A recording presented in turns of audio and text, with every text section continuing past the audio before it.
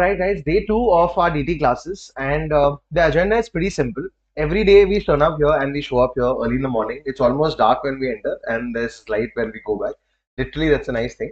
So there are two things you need to check. Are you learning DT well? That means every time you come here, are you learning something from an exam perspective well? And if there are any doubts, have they been answered? Those are two things that you should keep in mind whenever you come to class, because at CA Final DT, it's more about a discussion-based study than just me teaching you and you just understanding that. Yes, and whatever has happened in articleship life, you can apply it here. Whatever cases you've seen, if you're in tax, if you're in audit, no problem. But if you're in tax and if there are any cases that you relate to and you want to discuss those as well, happy to have that kind of discussion. So today, what are we going to be up to? Let's set the agenda for the session very clear. We are going to revise what happened yesterday for the first 5 minutes. Then we will start up on a new chapter. The new chapter is interesting. It's the second chapter of your ICM material. I'm also taking up in the same manner. So we are doing on the second chapter today. We'll first understand the chapter completely. Once we're done with it, we'll take written notes so that in future we can revise it. Also, once we're done with any chapter, we make a 5 minute small, very crisp revision video and we keep it ready. So that not on the 5th of February, but on the 5th of May or the 5th of November, if you want to recap it, you don't have to wonder what to do, just play that video. Yes. So the first chapter, we'll make a small video. And again, yesterday we did 3 case laws. Today, again, we'll top it up and we'll try and see if we can do 4 case laws today. Yes. So, and we'll also revisit yesterday's case laws and then we'll add 4. So that's how the agenda is for today. Very nice. We'll have a nice session. We'll take a break of 10-15 minutes in the middle, and then we have another session, and we'll end the session, the entire total session, about 9:30. All right. So on the screen, we are looking at direct tax, and in direct tax, we are looking at the part where which says ICI material. The first chapter which we were done, which is which concept, guys? Basic concepts. There is one thing that I want to teach you from this concept. Otherwise, it's all done. Let's quickly recap in the exam which act will you quote, guys? 61. And which rules will you quote whenever you quote any rules? 1962. Guys, at CA Inter, it was only an individual, but now the assessees have become many different. CA Final, there's an individual also, there's a HUF also, there is a partnership firm, LLP also, there is a AOP, BOI also, there is a AJP also, and there are companies also, company being the main person. What is artificial juridical person? Can you give me two examples? Trusts, local authorities are all artificial juridical persons. And each of these persons, can they have income? Yes. And who will pay the taxes, guys? They will pay their own taxes. You know, from residential status to the 5 heads of income to clubbing set off, you have to follow all the steps for all the persons. Yes. Guys, even if it's a cooperative society, how many heads of income? 5. Even if it's a company, how many heads of income? 5. And even if it's you and me, how many heads of income, guys? 5. But that first head of income, which is the first head of income, that's pretty personal because salary only a individual can have. Yes. So, but otherwise, all 5 heads of income apply everywhere. And then we reach the stage of total income on which you calculate tax. Yes. There are two kinds of companies. One is widely held company. One is a closely held company. Do we know the difference between the two? Yes. Closely held company, we don't know, but we know the definition of widely held company. Government, mutually listed, 25, non-corporate. This is what we do every time we want to recap. One day prior, we recap so that it goes better in our mind. So, any company which is owned by the at least how much percent? 40%. Any company which is a mutual benefit finance companies or Nidhi companies. Next, mutually listed companies. Next, section 25 companies which are basically non-for-profit and no share capital. And last, companies which are owned by cooperative society. These are widely held companies, and then there are closely. Why is the difference? Because there are some tax laws which apply only to closely held companies. Closely held companies means, is it private companies? Yes. So hence they can be maneuvered easily. There are some more laws on it. When we move ahead, we'll see those laws as well. Then we saw different states, different steps to tax. Then we saw that case laws are applicable to our exams, and we discussed 3 case laws. Let's recap those 3 case laws, guys. First, Saurashtra Cement. Cement is liquid. That guy wanted to purchase a machine. Yes, and that machine was a due date of purchasing the machine. That person had to supply the machine by a particular date. Let's take the example of the machine is 5 crore rupees. The guy delayed the supply of machine and had to pay some liquidated damages. Which damages, guys? Liquidated damage. Now let's say the damage of 10 lakh rupees.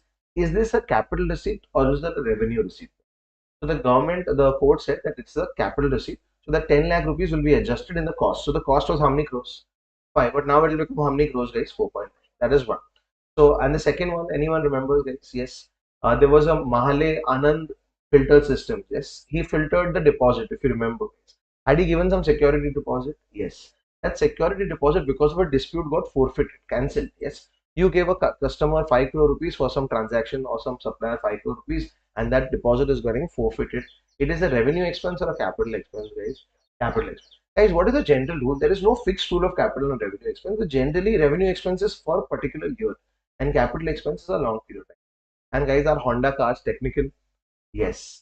So Honda CL cars, that is a case law in India. They wanted to have an agreement with Honda Japan, and they entered into a technical fee that had to be paid. Now, if that technical fee is never paid, guys, that agreement only won't happen. So that is also again capital expense or revenue expense. Okay? Capital expense. So those three case laws we did yesterday. We'll top it up with four today, and that's how we'll move ahead. Just one small change I'm going to do in handwritten notes is Saurashtra Cement. We had said that amount paid. It's not amount paid, guys. It's amount received. Just change that to amount received. Where do you find all these case laws, guys? Where am I getting all these case laws from? Yes, guys, ICI material. That's all. ICI material at the end of every chapter has certain case laws, and I'm taking those case laws and putting them here. All right. So we've just quickly revised basic concepts. Guys, which is your previous year? 24-25. Which is your assessment year? When I say yours, means yours in the exam. In the exam, it will be 24-25, AY 25-26, guys. And can there be some income which are taxed in the previous year itself? Yes. Chips eventually leave avoiding danger. All right, guys. So this was a little concept on basic concepts. Then we talk about some rates of tax. Individuals are taxed on flat rates or slab rates. Slab rates. And guys, do we get a higher basic exemption limit also? Yes. Do we get rebate also? Yes. Rebate is at what stage? BR. Guys, that's a shortcut. BR. After basic tax, we will calculate what, guys? Rebate. Rebate is for a person earning how many, up to how many lakhs, guys? 5. What if I earn 5 lakh 5,000? Will I get rebate? No. Then there is surcharge and then is HE. Now we have two options, guys. Two individuals in each have two options. We have Zomato also and we have Swiggy also. We can choose. We are now at the old one. Once we finish PGBP, guys, all the new ones will start. Yes. Till PGBP starts or PGBP is understood, I cannot go to the new schemes right now. But let's strengthen our old schemes till then. Next, guys, HUF, AOP, BOI, AJP. They are also taxed in the same way, slab rates, guys. Do they get rebate? Only who is pampered, guys, in India? Individuals. Only individuals are pampered. Guys, very recently the budget 12 lakh limit. Who is that for? Individuals. Whom are they trying to make happy, guys? Individuals. Yes, all right. We move to the next one. Partnership firms. Slab or flat? Flat rate. What rate, guys? 30%. Surcharge is 12%. Only one surcharge. Very simple. Companies. 30%. Foreign companies. 40%. If they have higher rates, low surcharge. Surcharge is only 2% and 5%. Domestic companies 2 plus 5, 7 and 12%. And HEC is a common friend, constant friend, guys. Always remains what, guys? 4%. Now, guys, some of them have gotten new schemes. Example, individuals HUF. Do we have a new scheme? Yes. Same way, companies also have a new scheme and cooperatives also have a new scheme. But for my limitation is that PGBP has to be done before I can issue the new schemes. But we'll keep adding these, and rates of tax is something that we'll do every day. Like today is also the chapter, some more rates of tax we will add. So we'll move ahead like that. Yes. So today's agenda is a chapter which is a happiest chapter of our book, guys, because it is called exempt income. Which income, guys? Exempt. There are many exempt incomes, and there are many shortcuts to remember exempt incomes. So we'll remember these exempt incomes. So this is a whole chapter around it. We'll do some rates of tax which are related to exempt incomes. We'll do that, and then we will do 3 case laws or 4 case laws, and that's how our session looks like today. Yes. So this is what I'm looking forward to today. Anything else that okay, perfect. And this is also happens to be the second chapter of ICI material. Yes, I also wanted to take you through an exam paper. Yes. Yesterday I told you the portion or the schedule of the paper. Today we have a look at the paper so we know how to direct our energies, guys. Guys, totally how many questions you need to answer in the paper, guys? 5. Yes. Each question is for 14 marks. You have to answer 5 questions, and they'll give you how many questions? 6. So our choice is good in life. Yes, and we have a choice here as well. But the first question is compulsory, and among the remaining 5, you have to do any 4. Just so that you have an eye on the exam, guys. I'm going to show you one paper. We'll just have a look at one paper here. Here we go.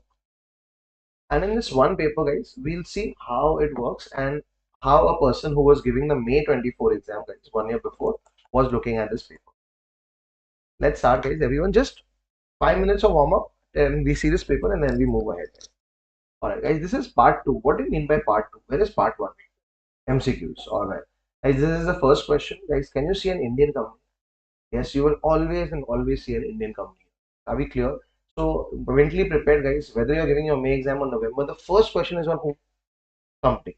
And at the end, guys, there will be many adjustments. Don't worry about them. We'll tackle all of these adjustments.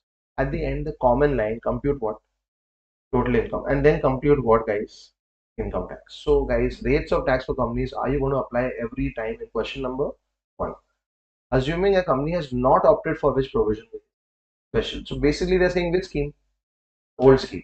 A special provision not applicable, so this is basically the old scheme. So this is question number one. This is mainly from a chapter called PGBP. So when we reach PGBP, after that we'll actually do this sum also. In fact, this sum will also be there in your books as well. Alright. Now we move ahead. We go to the second question. First question, completely practical, guys. Yes. Next, this is question number two. Guys, now is this optional? If you like this question, you do it. If you don't like, you don't do it. But guys, starting questions are all practical. So I would suggest, highly suggest to do these questions. The latter question, the last, second last question are more theory. All right. Here, guys, there is a lady called Seema Agarwal. How many marks this question is for, guys? 4 marks. And this is from which chapter? Capital gain. She sold some asset, etc. When we reach this stage, we'll do this capital gain sum as well. All right. Just showing you where all the chapters come from. There is a person called Manju Menon next. Guys, this is again for 4 marks, and which is this chapter, guys? IFO. So each of the papers I've highlighted where the chapter comes from. So every paper you see, I'll I've shared the Google Drive link, right, with you, and I'll keep adding more stuff to the Google Drive. I'll add the quick book also. I'll add stuff as and when they're ready. Next, there's a company called Miles, and here, guys, this is from a chapter called NR taxation. Again, how many marks, guys? Six. 6 plus 4 plus 4, totally 14 marks. Every question is for how many marks, guys? 14. All right, I would definitely do this question because it is fairly simple and very practical. So this is done. IFOS, NR taxation, PGB check. Next, guys, question number 3 is generally reserved to test you on your trust knowledge. Guys, which knowledge? Trust. In India, Tirupati Trust, so many NGOs exist. How are they taxed or not taxed? Is here. So question number 3A is on trust, and B is also on trust. So totally, how many marks are trust, guys? 8 marks. So company 14 marks and trust 8 marks. That's a usual thing. So out of 70 marks, 22 marks are reserved for these two questions at least. Yes. Again, very practical and very nice question. And then there is a question. This is called double taxation relief. This chapter, guys, is called double taxation relief. Guys, double taxation relief, NR taxation is from the international tax. They don't have separate papers. In the same paper, they'll put, but they'll dedicate some chapters only and only some marks for international tax. Again, guys, I would definitely do this sum because once we finish trust and DTR, you yourself will be confident of these sums. We move ahead to the next question. This is question number 4. This is on TDS, guys. At CA Inter, I don't know if you remember, guys, TDS and TCS was an important chapter. And so is here.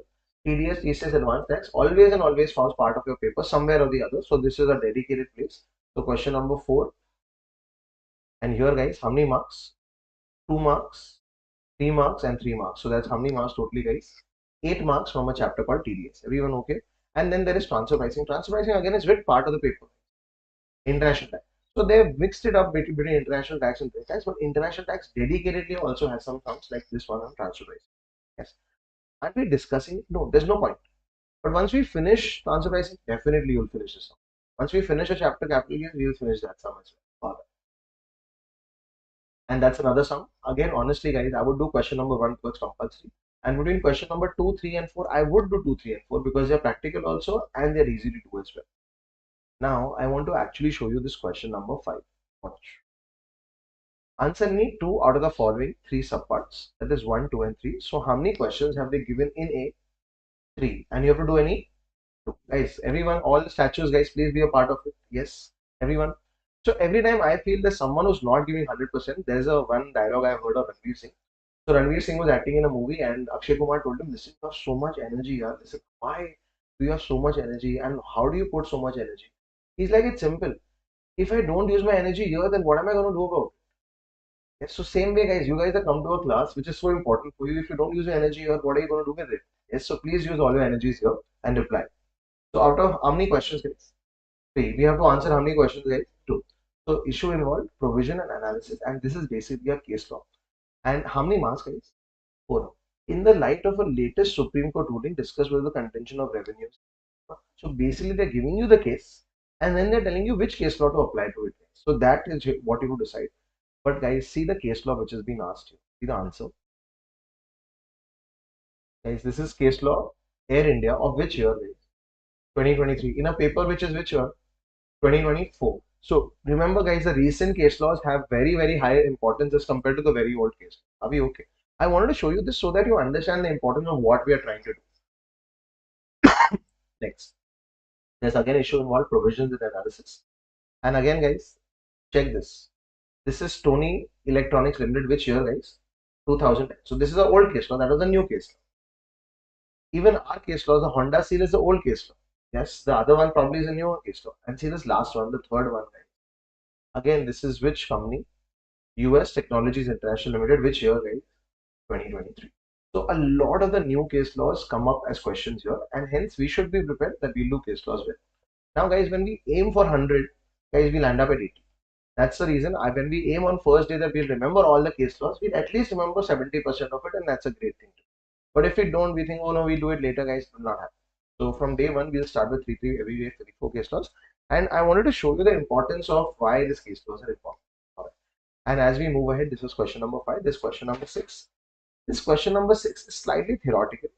So if you mentally, guys, can avoid question number 6 and try and finish your paper in the first 5 questions only, it will be a great thing. Otherwise, also this is okay. There is a chapter called Unethical Tax Practices. This question is from there, and Advanced Ruling. This question is from there. Ending it, May 24 seemed like a very simple paper. Once we finish chapters, you'll see it, and it's a very manageable paper that came in.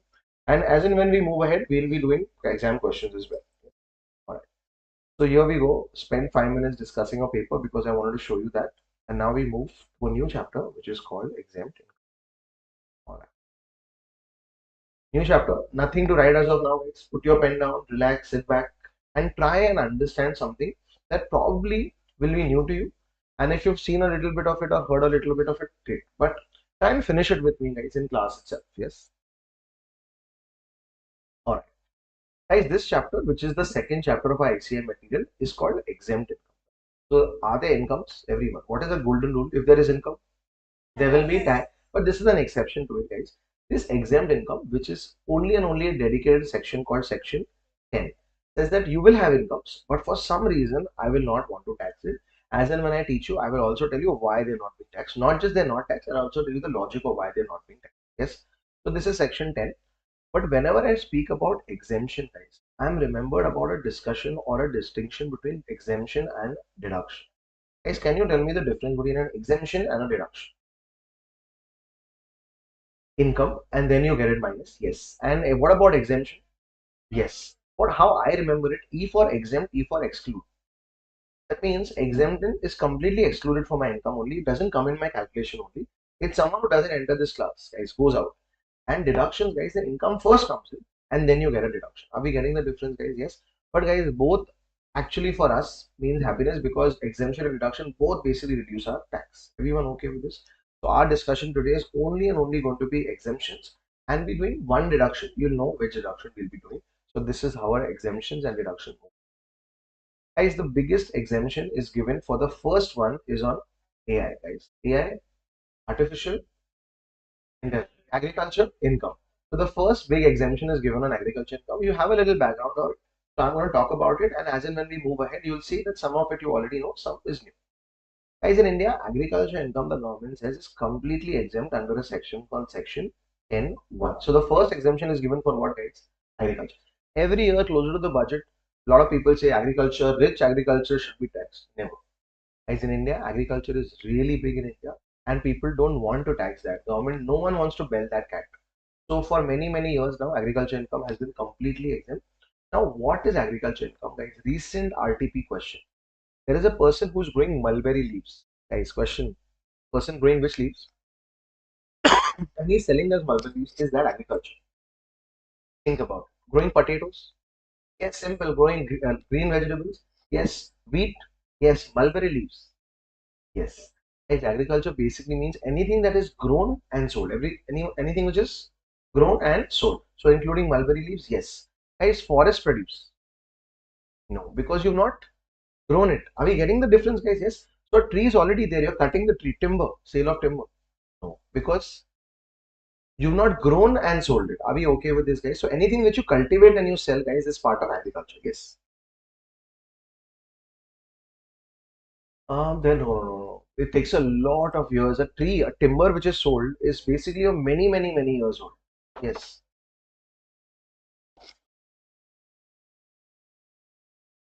Saplings exempt income. No, timber has been completely taxed. Is taxed. Yes. And generally, it takes many years for a tree to develop enough wood that you cut it and you sell it. Yes. So yeah, but timber is completely taxable. Yes. So agriculture income, guys. Basically, we'll have a discussion in two parts. One is called rural agriculture land. Which land, guys? Rural agriculture land. So let's start, guys. Very, very quickly. You will tell me if I ask you some question, is this agriculture income or not? First, guys, I'm growing and selling agricultural produce. Is that exempt? Yes. Can you give me some examples, guys? What do we grow? Wheat? Can we grow wheat? Yes. Can we grow pulses? Can we grow fruits and vegetables? Anything that is grown and sold. Reliance Fresh. They're buying and selling. No, that's not agriculture. That is business. Everyone okay? So activity of growing and selling agricultural produce, is that exempt? Yes.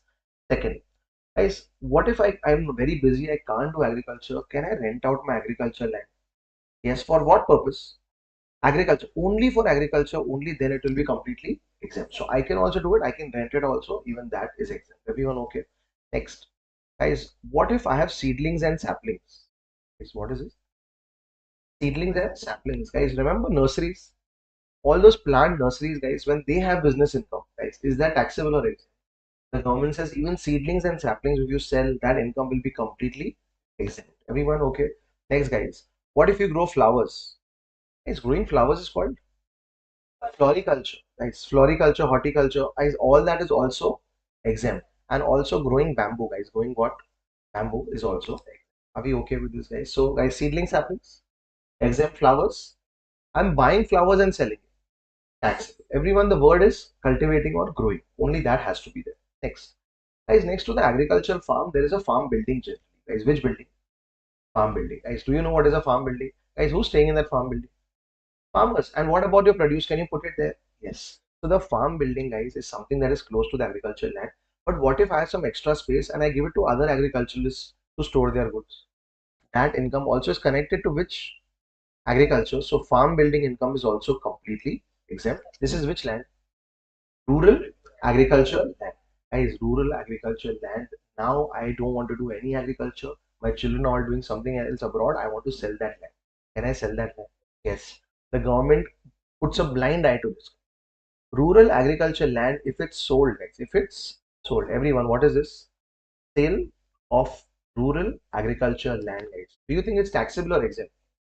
Guys, rural agriculture land, the government says, I know it does not increase so much in value. And even if it does enjoy it, it's completely, completely not taxable. What is the word I'm using? Guys, it is not exempt. The word are different. One minute. Guys, sale of agriculture land, is that agriculture income? No. If I sell this building, is it education?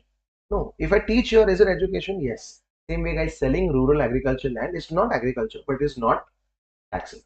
And if you want to understand the logic, guys, I have a rural agriculture land back in my village. We bought it for 10 lakhs, I think 5 years back. Today it is 11 lakhs. And that too with a lot of difficulty we'll sell it for 11. So it does not increase in value. And guys, the government doesn't tax which land, guys? Sale of rural agriculture land. Everyone okay? Can we recap? Guys, growing and selling. Exempt. Renting for movie. Taxable. Renting for agricultural purpose. Exempt. Flowers, creepers, seedling saplings, bamboo. Yes. Are we okay with this, guys? Yes. And this is which land, guys? Rural agriculture. As compared to rural agriculture land, there's also another land called urban agriculture land. Let's see the difference between urban and rural. It's the same kind of exemption except SB, guys. What is the shortcut? Any guesses S for? Guys, if I sell my urban agriculture land, now where is this land? Urban areas. So, guys, is it precious? So, who's with you? Government. Guys, think like the government. Who's with you when you sell this land, guys? Because now this land is in Bangalore, Mysore, Pune, Mumbai, Delhi, Gurgaon, Noida, guys, all urban areas. So it's very precious, and hence, if you sell this land, guys, will it be taxed? Yes, under a head called capital. What is B for? Building. Guys, remember that farm building? Everyone. Where was that farm building? Next to that land. But now the land is in which area? Urban area. So this farm building is also an urban area. And what if you've written PG available there? Yes, so the government says, listen, even this farm building, whatever is the income, whether it's agriculture income, it doesn't matter. Guys, income from farm building is now what, guys? Taxable. This is also what, guys? So can you tell me the difference between urban and rural agriculture land? SB, sale of urban agriculture land. Is it taxable? And what is B? Building. Income from which building, guys? Farm building. That whether it's for agriculture or not, guys, it is taxable. So these two things in urban areas is taxable. All the urban agriculture land is more or less a myth. Like, where do you find urban agriculture land? Where in Bangalore will you find agriculture land? Yes, it's found on the outskirts. Is everyone okay with the concept of RAL and UL? So between RAL and UL, who has better benefits? RAL. Everyone okay. I'm asking you a question, guys. In my village, I have a house and I'm selling that house. Is that rural agriculture land? No, no, no. Guys, rural agriculture, it has to be agriculture. It cannot be a house and all. Guys. Yes, are we okay with this? Now, the second concept. Guys, what is rural? What is urban? I'm giving you an example, guys. A land in Mumbai, urban. A land in Bangalore, a land in Mysore, a land in Pune, urban. But how far do we need to go so that's urban or not is very simple definition. You must have seen this before and heard of this before. It's time to recap. They say if it's a very large city, if it's a very large city like Bangalore, Mumbai, etc., then up to 8 kilometers from the municipal limits. How many kilometers? So if you go from the municipal limit of Bangalore up to how many kilometers? 8, guys, aerial distance, then the entire land is urban agriculture. What about outside rural? Are we okay? And if it's a smaller city, guys, medium-sized city, example, guys, not Bangalore and Mumbai, something like Mysore, then it's 6 kilometers. How many kilometers, guys? 6. So if you go to Mysore and how many after the municipal limits, how many kilometers, guys? 6. All that is what? Urban. Outside that, rural. So I'm just making a diagram, guys. This is, let's say, Mysore, and this is the municipal limit of Mysore. Have to go to how many kilometers? 6. And anything here is urban, here is urban, here also urban, here, be okay. Next, if it's a smaller city, then they say 2 kilometers. How many kilometers, guys? And what is a small, etc. depends on population. Depends on what, guys? Population. And if it's the smallest town, guys, where there is a municipal town, that they don't go anywhere, just the municipal limit, guys. How many kilometers there, guys? 0. Are we okay? All this is which land? Urban. Beyond that is which land? Rural. Can we recap, guys? Yes.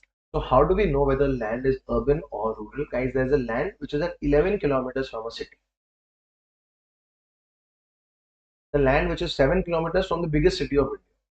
Urban. Are we okay? So please tell me the kilometers up to 8, up to 6, up to 2, and up to 0. This is depending on population, guys. If the population is more than 10 lakh, etc., when you write your handwritten notes, I'll tell you this. But you should know whether this is a rural land or urban land. Sir, how will they ask this question? I'll tell you. You saw Seema Agarwal Capital. Seema Agarwal is selling a land which is a distance of 7.9 kilometers from the city of Mumbai. Urban. So will you calculate capital gain? Yes. Seema Agarwal is selling a land which is at a kilometer of 8.5 kilometers from the city of Mumbai. Rural. In that, will you calculate capital gain? You will say that this is a capital, this rural agriculture land, and hence it is not taxed. Are we okay? So all these will be implication in practical sum which you see in the exam. So we understood two concepts. One is the exemption for rural and the exemption for urban. Then we saw what is urban and what is rural. And now, guys, the third one here, the third concept for which we need a calculator. So if you have a calculator, guys, can you get a calculator out?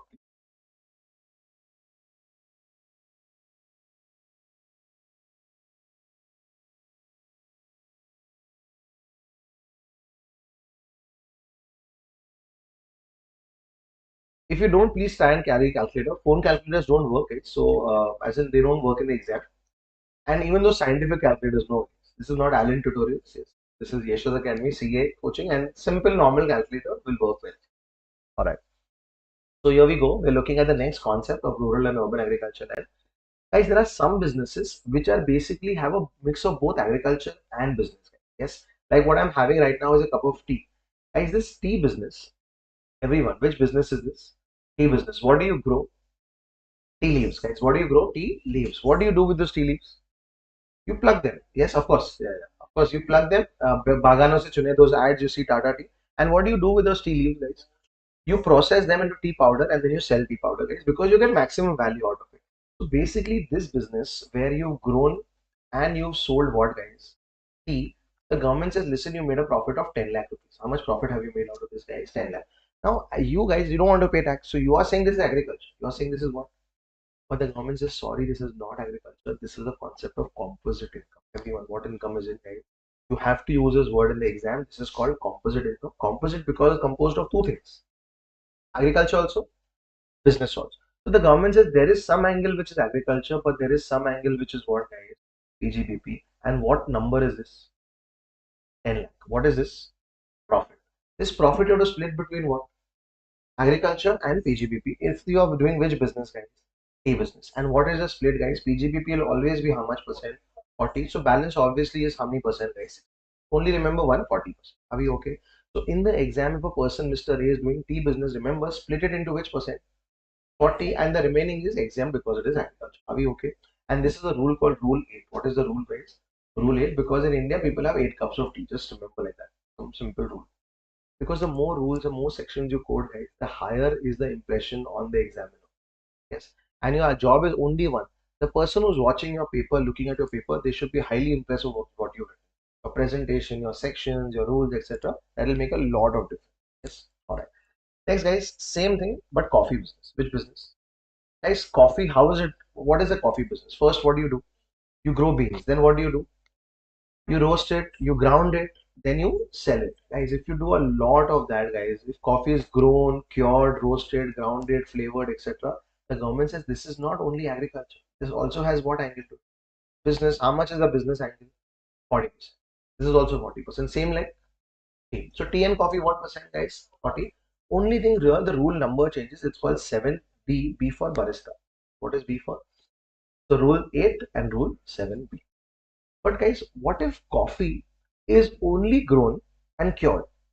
Guys, what is coffee is only grown and cured? Then this percentage, guys, because you're doing less business, this percentage will become what percent, guys? 20. So for coffee, guys, how much percent is there? 40 also and 25. Are we okay with this, guys? Yes. Can we recap?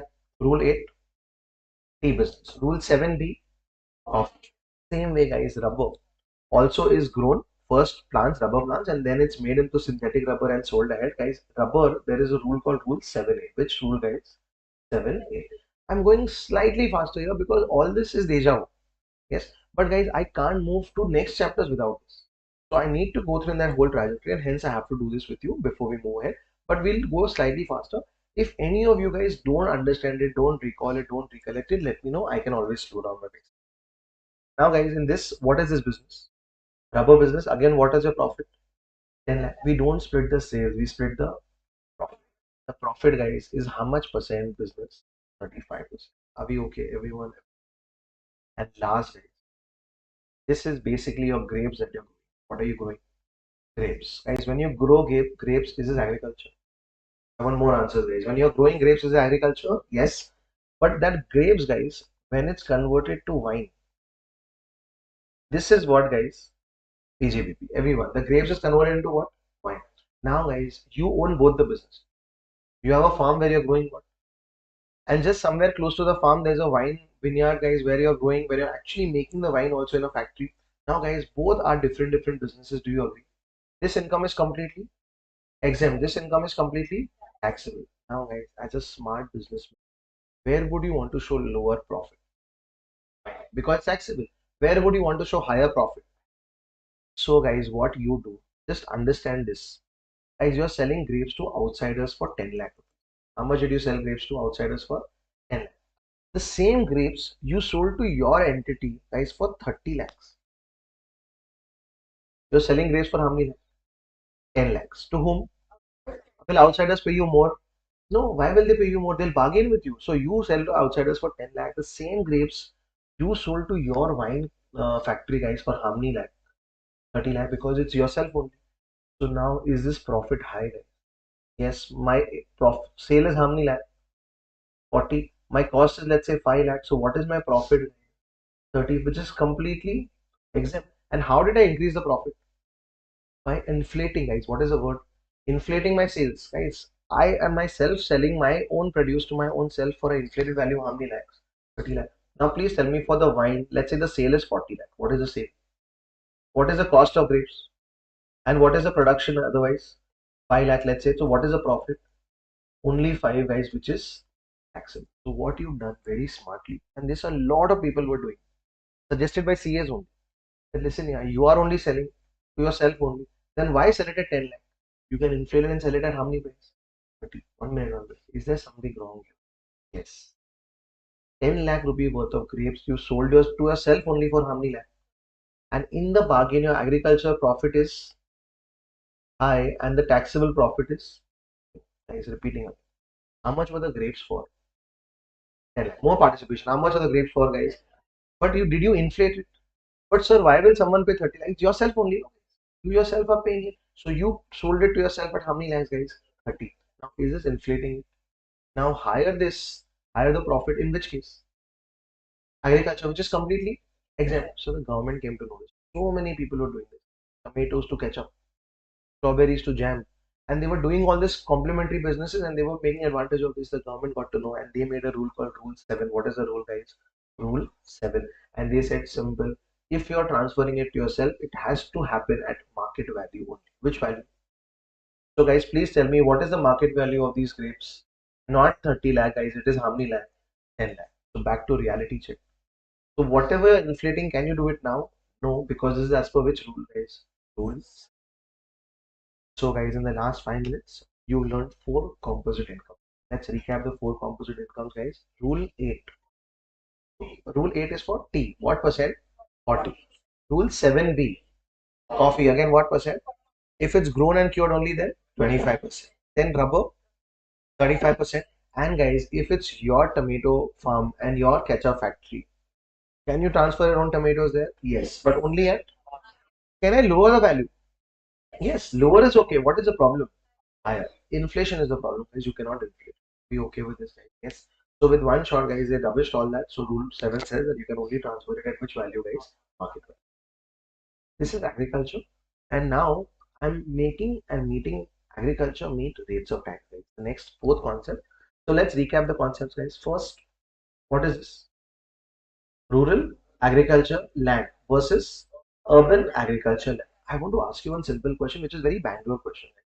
Next to the airport, your grandfather had bought some land. Next to the airport, your grandfather many years back had bought some land. Today, your family is selling it for like 25 crore. Yes, it's going to change the face of your family, guys. 25 crore, that land is being sold.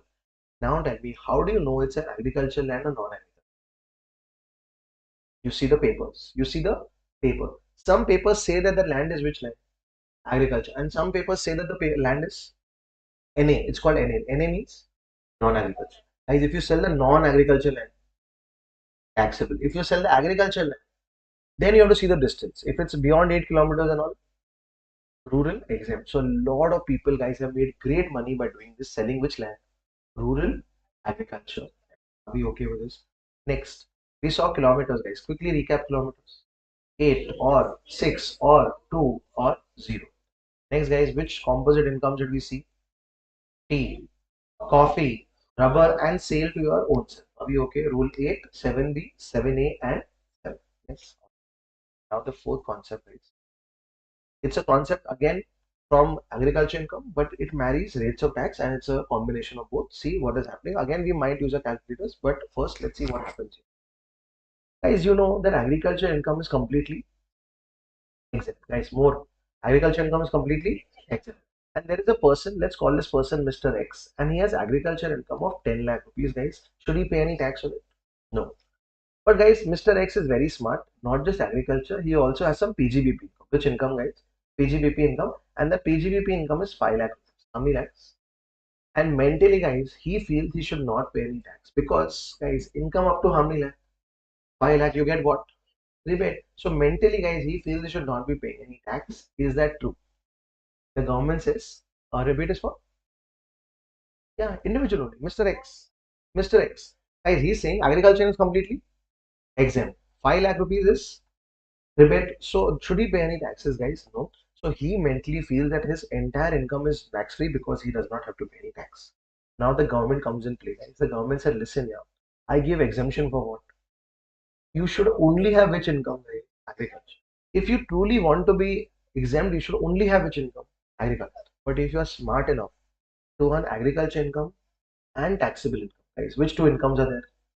agriculture income also, taxable income also, then we might apply a small rule called scheme of partial integration. It's time to recap this. For those who don't know it, I'll teach it from base, so don't worry about it. And for those who know it, it's time to recap it. So guys, the SOPI applies to pure farmers. No, because they only have which income? Agriculture. Does SOPI apply to me? No, because I don't have which income, guys? Agriculture. So guys, people who have only one of these incomes, this scheme will never apply. But for those smart people who want to also have agriculture income, also have taxable income, the government says this scheme of partial integration will apply. Ultimately, guys, the government wants more tax. So this is a way of getting slightly more tax from these kind of people who try to take both exemptions. So what is the scheme of partial integration, guys? It's from a chapter called rates of tax. Which chapter, guys? So we are now looking at tax because tax calculation is basically from rates of tax. So let's see how this tax is calculated. Can we have a calculator ready, guys? Everyone. So this person, there is a step one where we shock him, guys. What is the first step called? Shock. In shocking him, guys, we tax both his income. Taxable also in agriculture. Please tell me agriculture income how much? 10 lakh. Other income how much? 5. So total income is how much, guys? 15 lakh. And we calculate the tax liability on 15 lakh, guys. And total tax liability. Let's calculate, guys. Assuming he's below 60 years and he's under the old scheme. Up to 2.5 lakh. 0. 2.5 to 5 lakh. Tell me the gap. 2 lakh 50 on a calculator, guys. 2 lakh 50 into 5%. 12,000. See, for people who are doing tax articleship, all this is regular. But guys, I want to take the entire batch together. Yes. From 5 lakh to 10 lakh, what is the gap? 5 lakh into 20%. 1 lakh. And from 10 lakh to 15 lakh, guys, what is the gap? 5 lakh. On your calculators, 5 lakh into 30%. How much is that, guys? 1 lakh 50,000. Please tell me what is the tax, total basic tax? 2 lakh 62,500. Guys, anyone who earns up to 15 lakh, will there be any rebate? I'm always checking for rebate. No. But will there be a surcharge? No. Surcharge is only about 50 lakh. But there will always be a 4%. You will add that and you tell me the final number, guys. What is the final number? 2 lakh 73,000. As a person who never wanted to pay any tax, you are telling him in step number 1 that you have to pay 2 lakh 73,000. Guys, please use your calculators as often as you can. I'm telling you some traps which most people don't even put pen and paper together. They read, and they go for the exam. And the first time they're writing after months is in the exam. Don't do that. First. Second, they never use a calculator. They always read calculation. Don't do that. The exam you'll be fumbling with your calculator. Make sure your calculator has a name also. Make it your best friend till your exams. Yes. Because very important to have that. Yes. Alright. Now this is the first step where is he shocked, guys? Yes. Second step, we calm him down. We tell him, listen, here, on which incomes you don't want to pay tax? Agriculture income. That is how many lakhs? Plus, what is your basic exemption limit? On these two incomes, I will not calculate the tax. That means I will calculate and minus it. Are we okay? So let's calculate how much is this? 12 lakh 50. Let's do the calculation again. First, up to 2.5 lakh. 0. Then 12,500. Then 1 lakh. And then from 10 lakh to 12 lakh 50. What is the gap? 2 lakh 50 into 30%. 75,000. Please add all these numbers. 1 lakh 87,500. Please add 4% and tell me the final number, guys. 1 lakh 95,000. This I will minus, guys. So I'm minusing 1 lakh 95,000 from 2 lakh 73. How much is that, guys? 78,000. So a person, guys, Mr. X, who never wanted to pay any tax, now under scheme of partial integration has to pay tax of how many thousand? 70. Sir, understood the two steps, guys. Can we repeat the two steps? First, take which incomes? Agriculture, not other exempt income, only agriculture. And which other income? Taxable income, and calculate the tax. Calculate which tax?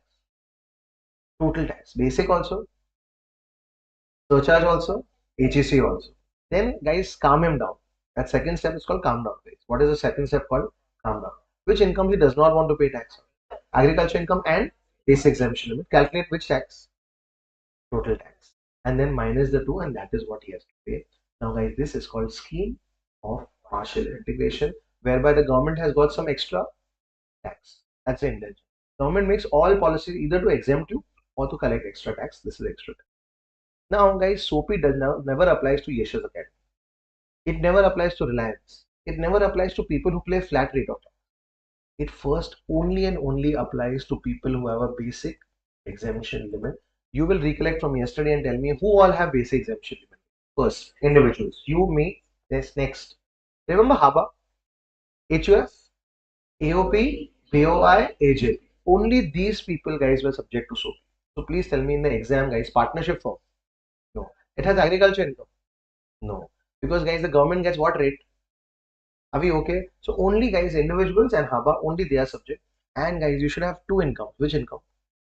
Agriculture income also, taxable income also. Taxable income more than your basic exemption. What is your basic exemption limit here? It can also be 3. Excellent. Can also be 5. It should be more than that, and your agriculture income should be more than 5,000. Recapping, guys. If you're a pure farmer, who are you? All you do is agriculture, guys. Will SOPI ever apply to you? If you're only a businessman like me, will SOPI ever apply to you? No. But if you try to get both incomes, repeat, guys, if you try to earn both incomes, and the government says if you're smart enough to earn both incomes and you're smart enough to also apply SOPI. Yes, everyone. Guys, can we repeat the conditions? Guys, when will SOPI apply, guys? It will apply only if you have a basic exemption limit. So will SOPI ever apply to a company? No. To partnership firm? No. Only to individuals and HUF. Yes. And it will apply when your agriculture income is more than and taxable income is more than your basic exemption, which is done in inter also and now at final also. You'll be surprised that so many students at final level don't know this concept. Yes. But you should be strong enough to understand this concept and also to apply it in the exam. Sir understood this concept. Now, how will this come in the exam, guys? I'll tell you, guys. There will be some individual who's having how many incomes? Taxable also. And they will not tell you apply SOPI. They will only say computers tax level. And you have to apply SOPI only when there are how many incomes there. That's a subtle hint in the exam that if they enjoy both incomes, then apply SOPI. Alright. So that's the first part of the chapter, which is called agriculture income. I've divided exempt incomes into two parts, agriculture and the other. Yes. So let's do a small recap till here on what all we've understood. Yes. So the first concept is what, guys? RAL and UAL. Difference between the two. SP. Sale of which land? Urban agriculture. And what is B for? Building. I'm growing tomatoes and selling tomatoes. Excellent. I'm selling green vegetables and selling green vegetables. I'm Reliance Fresh buying it and selling it. Excellent. I'm Blinkit buying it and selling it. Excellent. Are we okay with this, guys? I'm doing floriculture. Excellent. Guys, by the way, what if I'm doing dairy? What if I'm doing some other culture, silk, pisciculture and all that? Guys, the government doesn't like any culture except agriculture. So the exemption under 10(1) is only and only for which culture, guys? Agriculture. So in the exam, a farmer is doing agriculture also and dairy also, which is taxable. Dairy. When I was explaining this, one student asked me a doubt. So you're saying dairy is taxable, but I have family members, I have some cousin, some relative who's into dairy business, and they don't pay any tax. I'll tell you why they don't pay any tax. Yes, India. Like 5 people in the family. How many people in the family? 5. Rebate is up to how many lakh? Each person shows income of 5 lakh. So guys, is the income taxable? Yes. But are they paying taxes? 1 minute, 1 minute. What did I just say? Your articleship stipend. Guys, is it taxable? Yes. But are you paying taxes? No. Why are you not paying tax? Basic exemption limit. Are we getting the difference, guys? Everyone. Tomorrow, guys, you get a job which is paying you 2,25,000 rupees. Guys. Is it taxable? I want more answers. Everyone behind, guys. Is it taxable? Yes, but you're not paying tax because of a basic exemption. Are we okay with this, guys? Then we saw areas, land. Then we saw composite incomes. How many composite income we saw, guys? 4. And then we ultimately saw, which is called scheme of partial income. Okay with this, guys? Now we've been in class for about 50 minutes. We've understood something. Let's spend 10 minutes and do some writing. So mentally it will be a break for you also.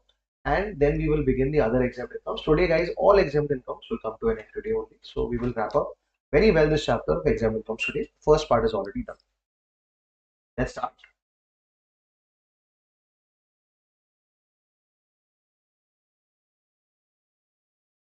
Where did we leave the last? Did you manage to copy that one page, guys? Yes. If you've not copied that one page, leave that one side, no problem, and move to the next page and the next chapter. This is chapter number 2.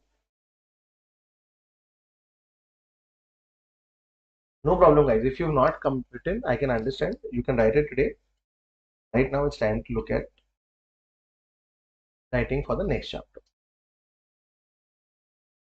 Let's start, guys. Everyone, let's begin. I'll give very brief notes, not very detailed notes, because this chapter is something that we had already done at CA Inter. But you'll be okay with these notes as well. All right, let's start. This chapter is called Exempt Income.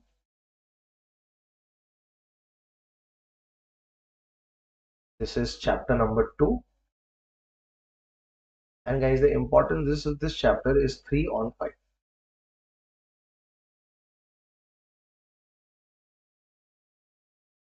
Which section deals with this chapter, guys? Section 10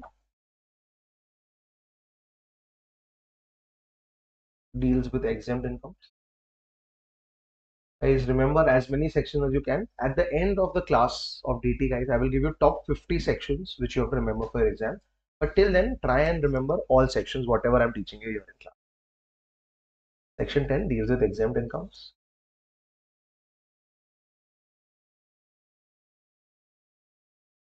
Exempt incomes.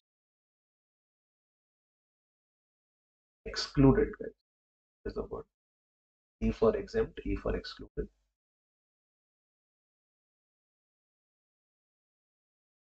For their computation.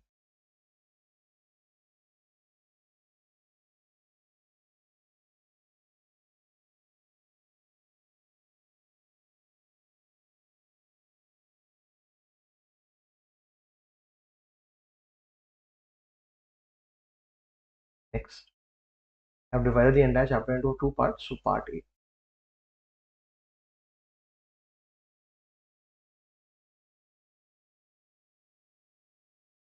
Agriculture.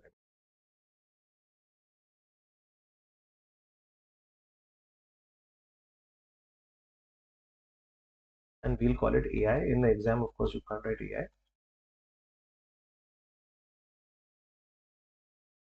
Section is section 10.1. Preferably the only 2 short forms in the exam you should use is this one, guys. What is this? Under section, and what is this?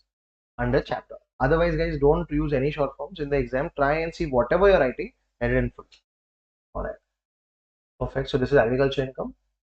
And in agriculture income, guys, first, rural agriculture land.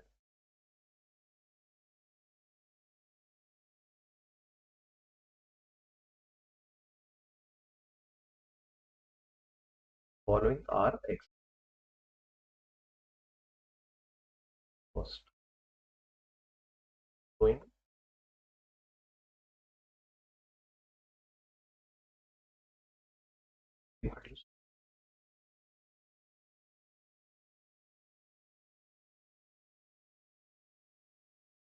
second.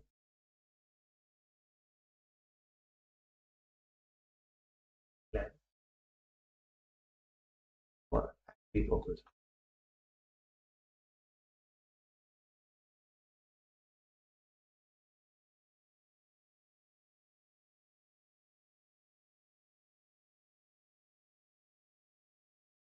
Selling seedlings.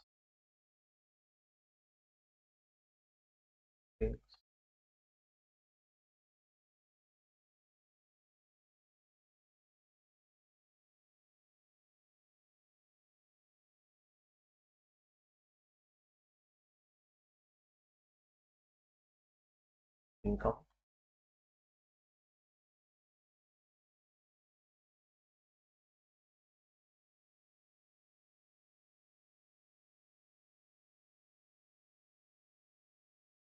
Please write RALU. Scale of taxes. The word is different. The choice of word is not exempt.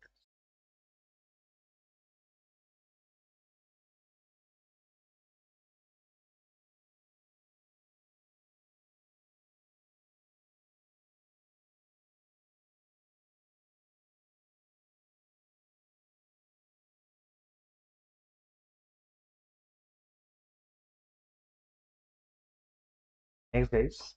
What about UAL? What is UAL, guys? Urban agriculture land.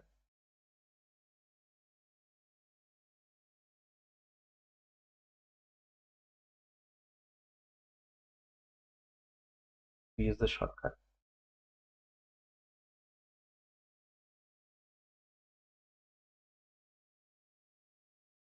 Same exemption, rural agriculture land,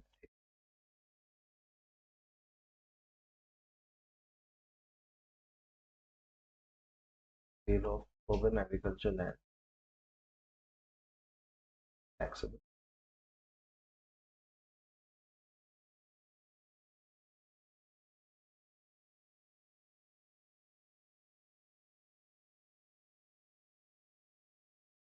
Taxable.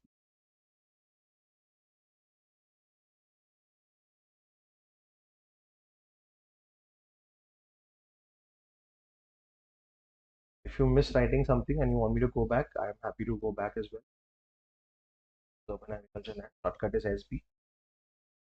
Is how do you know what is S, what is B? Today I'm here, you're here, great. But after a few months, right, how do you know what is SB? So put S in a box and income from farm building, put B in a box. This is how I relate my shortcuts to my words.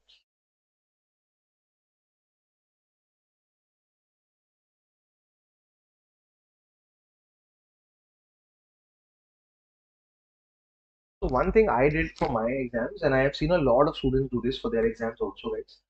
Whenever you're studying, whatever you're studying, whether it's any subject, whether it's theory, whether it's practical, do it in a manner that you know that one day before the exam, how am I going to revise? Yes, so whenever you're picking a book also, guys, pick up a smaller book. Whenever you're thinking, should I make handwritten notes or not? The answer is yes, make handwritten.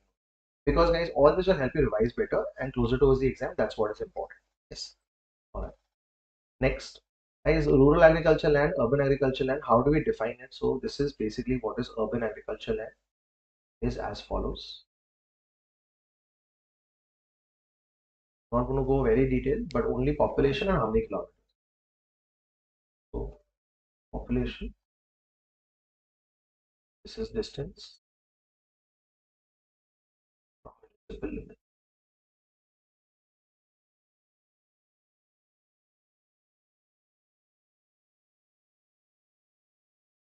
Population is more than 10 lakh. Population is more than 1.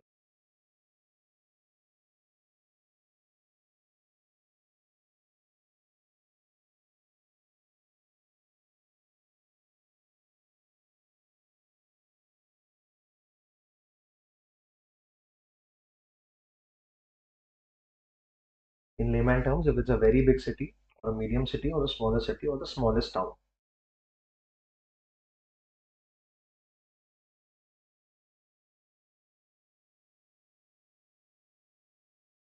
Tell me guys, for this one, how many kilometers? 8 kilometers. From where guys? 8 kilometers from not your house. Municipal limit guys, from there 8 kilometers. This is 6 kilometers, 2 kilometers.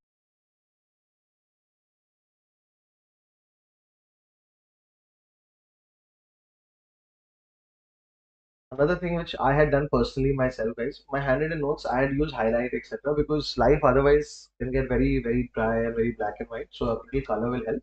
Also, it puts out the important words more. So these kilometers, if you have a highlighter, get it to class and use it. All right. This is done. Just saving this sheet. Guys, as and when we complete our notes, I'll upload them on the drive. So in case you miss copying them, etc., you can copy them from the drive. And then come, this is chapter 2.1.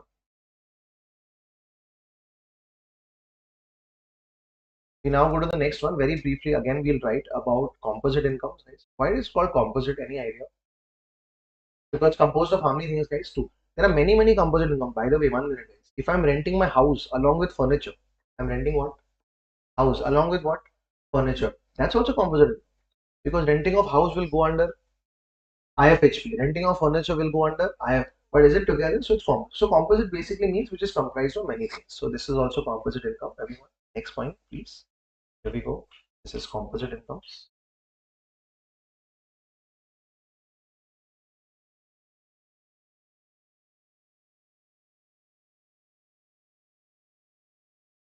Again, guys, we'll make like a small table. What kind of business? This is the rule.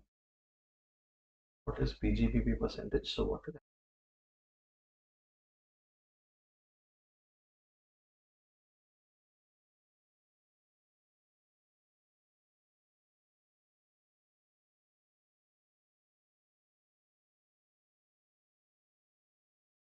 First one. Tea business. TGPP is how much? Don't try to remember both ways, so it'll confuse you. Just remember one. Obviously, this is 40. Automatically, this will become how much? Right? This is completely exempt. This is tax.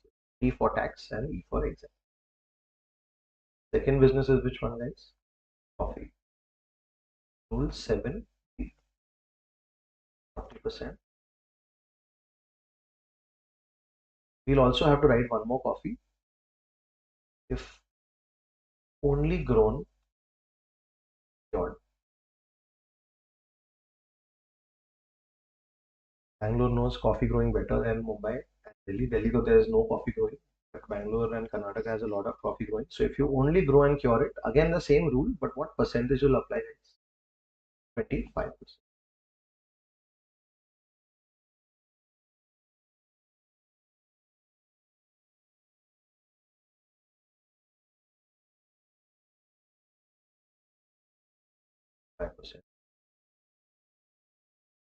So not giving you very detailed notes because guys, this has some background already, but these will help you revise very easily. This is composed of BGBP and agriculture, tea, coffee, rubber. Rule 8, 7B, 7A. And there's one more guys. Rule 7. So summarize that rule here. Close this table and then we'll summarize 7 as well. In case reproduce, example grapes are supplied to own business, example wine manufacturing,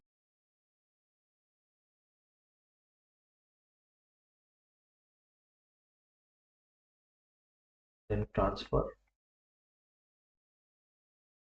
take place from state bank.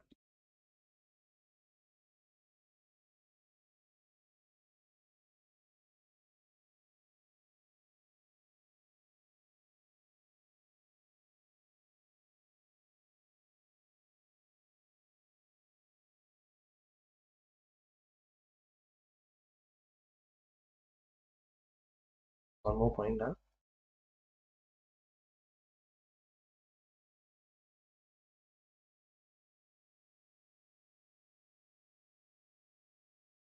The next point guys is on SOPI, but we'll not write it here, right? SOPI means what are you calculating? Tax. So that will go in a chapter called rates of tax. So every time you think, oh, I want to know how people are taxed, you go to the chapter called rates of tax and you revise rates of tax. Yes. So we'll just mention it and we'll refer it to rates of tax. So please write scheme of partial integration, SOPI.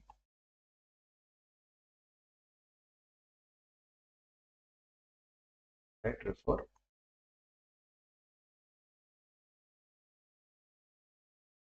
the rates of.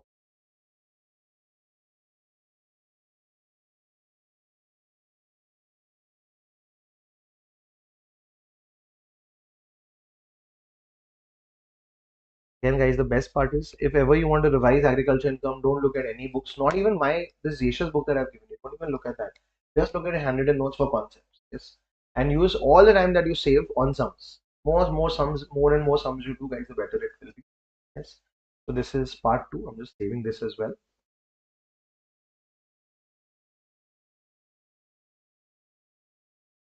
Point 2 exempt. All right. So agriculture income is done. I don't expect a direct question from agriculture income in the exam, but guys, indirectly, how they will give you agriculture income is what I want to teach you guys. There is a company, guys, which has tea business. Which business? Tea business. So how much percentage will you take in business, guys? 40%. Are we okay? In a chapter called set off and carry forward. Which chapter, guys? Set off and carry forward. There's a person who has a loss from rubber business. So what percentage will you consider? 35. The other you'll not consider. Okay. Are we okay with this, guys? Yes. I'm wrapping up agriculture, but I want to just summarize 2 points or revise 2 points, guys. Any other income which sounds like agriculture, animal husbandry, sheep rearing, dairy, even if it's connected to agriculture, guys, there's no exemption. It is completely taxable. Are we okay? And guys, second, I own shares of a company which does agriculture. Is dividend exempt? No. Guys, only if you directly do agriculture, it is exempt. Are we okay with this? So two things you have to keep in mind. And guys, they can confuse you with different terms like recent paper, RTP paper, mulberry leaves over. Guys, are you growing it and are you selling it? So it is completely. Are we clear with this, guys? Yes. So that could go an additional point. So if you can just summarize those two additional points here, guys. Let's just beyond that, just put additional point.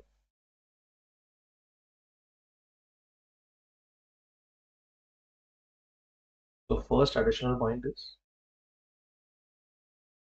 income from dairy. These small points. Income from dairy business.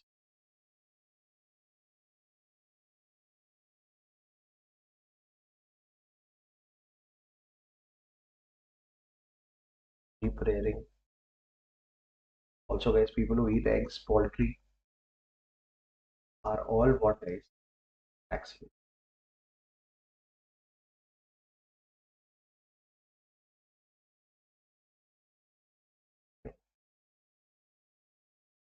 Dividend received from agri company is taxed. What about the company who's doing agriculture? On that income, will it be taxed? No. No, guys. Companies also. Agriculture income is exempt for everyone. Yes. Even if a company is doing agriculture, 1 minute, guys. Let's say a company, guys, which makes cotton bed sheets. They grow cotton and they sell cotton to their own. That part of the business is exempt. When they make the bedsheet and they sell, is that taxable? Yes. So anyone, guys, whether it's company, whether it's a family, whether it's individual, 10-1 is agriculture. Everyone is exempt from it, guys. Yes, as long as it's pure agriculture. All right. But dividend received from again agri companies was taxable because you've not done it. You only held the shares. So these are two additional points. So ending it here. The section is only one. That is section 10-1. All right. So with this, guys, we complete the first part of exempt income. I hope it was comfortable and I hope you recollected it well. Yes. All right. Now that I've done this part, we'll go to the next part. The next part is my favorite because there are small exemptions. We'll do 5 of them, or actually at final level, we'll do 10 of them, then we'll write. Then we'll do again 10 and we'll write, and then we'll again do 5. There are about 25 small exemptions. Don't worry. By the end of this class today at 9:30, when you walk out of this room, you'll not just know them, you'll also by heart the section. Yes, everyone. So 10-1 is which one?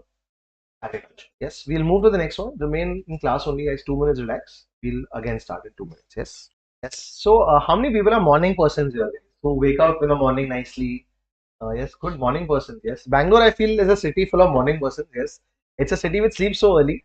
Mumbai is opposite. Like, it doesn't sleep only.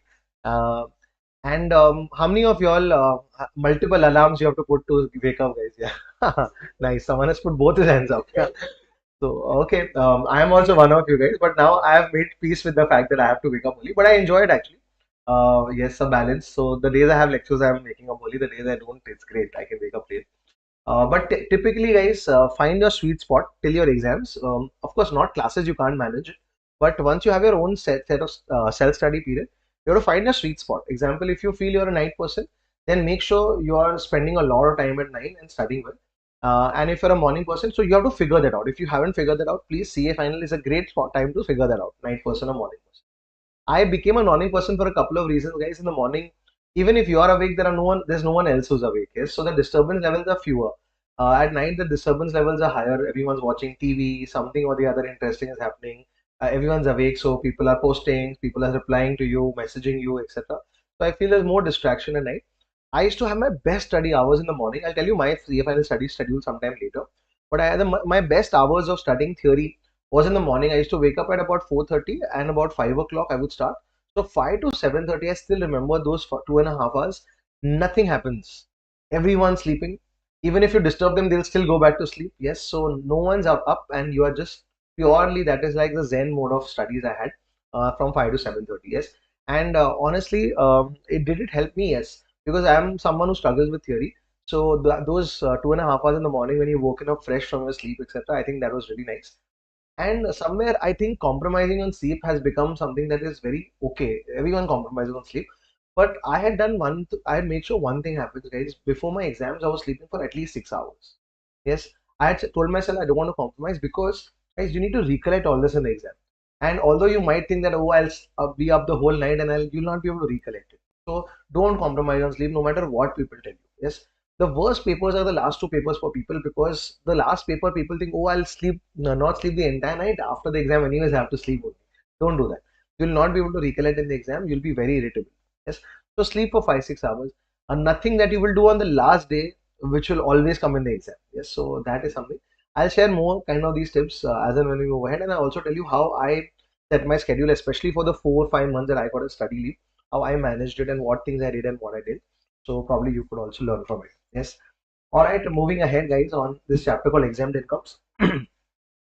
How I treat my DT classes are like going to Wonderla or to Magica, guys. When you enter a amusement park, guys, do you straight see the roller coaster? No. Guys, you first see the welcome board, then there are things, and then you see the roller coaster. Yes. So same way, guys, we are introduced. Yesterday was first day, second day today. Slowly and steadily we go, and we'll reach those chapters also which look like roller coaster rides. Yes. But I can't start with them. And trust me, if you enjoy the logic of tax, if you think like the government, you will not find too much of hassle with any chapter. Yes. All right. So we are moving ahead now. Section 10.1 is completely done. The first exemption was given to whom, guys? Agriculture. Now let's do 10 section and then we'll start writing. Everyone, so your attention, you need to understand two things, the exemption also and the section also. Guys, there is a HUF, Hindu Undivided Family. They have a profit of 10 lakh rupees after paying tax. After paying what? So have they paid the taxes already? Yes. Now what happens to this 10 lakh rupees, guys? There are 10 family members. Can it be distributed to the family members? Let's say 5 family members, each gets how many lakh? 2 lakh. Will it be taxed again? Because who's paid the tax? HUF. So this amount which is received by the members, guys, is exempt under section 10(2). Guys, this is which one? HUF. Because who's paid the tax already? The government says HUF already paid, you won't pay the tax. Are we okay? Everyone? So that's the reason, guys, most people start in HUF. Here at CA Finalist, you should understand this. My father, my mother, me, and my sister. 4 people in the family. All 4 had incomes. My sister was working. My mom had interest income. My dad was a CA as well. And all 4 had incomes. So we decided to start an HUF. Can you tell me the reason why? Yes, extra income. But guys, a HUF also has an extra basic exemption limit. So now, guys, we all had basic exemption limit. Now the HUF has a 5th exemption. So most businesses in India, guys, most business families will start a HUF. Yes, and from that, if you get any profit, it is completely. Everyone okay with this? Next, guys, removing this, making it a partnership firm. Profit of how much? 10 lakh. Is it paid profit? Tax is paid now. Each partner gets how many lakhs? Example, 2 lakh. Is it taxable again? No. Why? Logic. Partnership firm has paid the tax, so this is exempt under which section? 10(2) again. 10(2). Everyone quickly. 10(1). 10(2). HUF. This is 10(2)A. This is partners' share of profit, guys. Remember, SIP. Salary, interest, profit. Salary and interest is not exempted. Only profit. The profit that you get from a partnership firm, guys, there are 3 partners in my partnership firm back in Mumbai. I'm the dormant sleeping partner because I'm into teaching. The other 2 partners, they draw salary. Is it taxable? Yes. We all 3 draw interest. Is it taxable? Yes. And we all 3 draw profit. That profit is exempt under section 10(2)A. Are we okay, everyone? Everyone. Guys, going to the next one. Very small, small, small. If you have any doubts or understanding, raise your hand, ask me that out, we'll clear it. Guys, all of us have bank accounts. The money kept in a bank account, what do you earn? Interest. Is it taxable? Yes. Under which head of income, guys? IFOs. Whether it's savings account, FD, recurring deposit, any amount is taxable under IFOs. But guys, if you are not in India and you're abroad, like my friend who's in the US, he's a non-resident. Who is he? If he opens a special account in India called NRE account, which account, guys? Non-resident external. External means the money is coming from outside. And if he parks his dollars in India, government says thank you. Government says what? Guys, you and me park what money? INR. What is he parking? Dollars. So the government says thank you, and that's the reason, guys. On this NRE account, if you earn interest, if you earn, they pay 4.2% interest. How much percent interest? That's only a shortcut, guys. This entire interest is completely exempt. So your interest, my interest, taxable, but this guy's interest, guys, is exempt. So what does he have to open? NR. Can you and me open NRE account? No. The moment you reach the bank, they'll ask you for a status. And what can you park there? Dollars. You cannot park INR. You can convert them to INR, but you have to introduce dollars into them. Yes, everyone. Now see a final question. My friend is coming back from the US into India. Now he is a resident. Guys, he's coming back from where? To where? Now he's staying in India. He still has that NRE account. Guys, he still has interest. Taxable or exempt? Exempt. Because the source was which?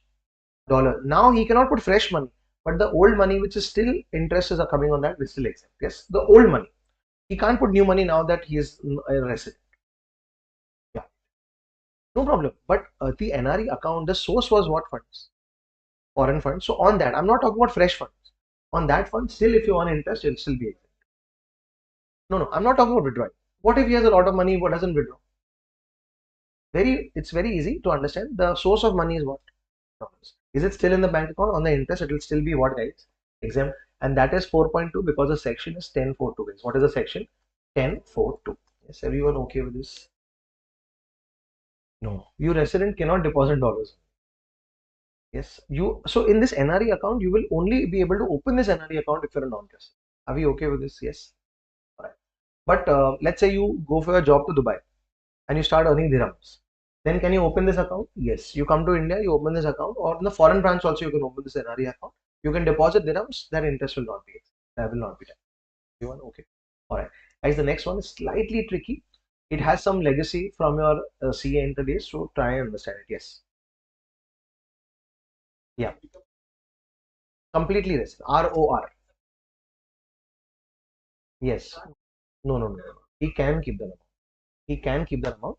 He can't put fresh amount, but he can keep that original amount, and that interest is still exists. Yes. But if he withdraws, obviously there's no money, there's no interest only there. Yeah. No, no, no. Okay. Is there NRE account? Yes. You put $1 lakh. Is that amount still there? Whether in dollars or INR, is that amount still there? Are you back in India? You cannot put any fresh money. But is the original money, if it's still there, on that interest is still exempt. Till you don't withdraw it, it's exempt. Alright. As we go to the next one, everyone hear me out well and see if from your CA days if you remember this guy. People, everyone on the screen, slightly detailed, hear me out. Guys, people who are in jobs, people who are in what, guys? Jobs, especially government jobs. Which jobs, guys? Government job. Guys, you are going for a holiday to Kashmir, guys. Where are you going for a holiday to Kashmir?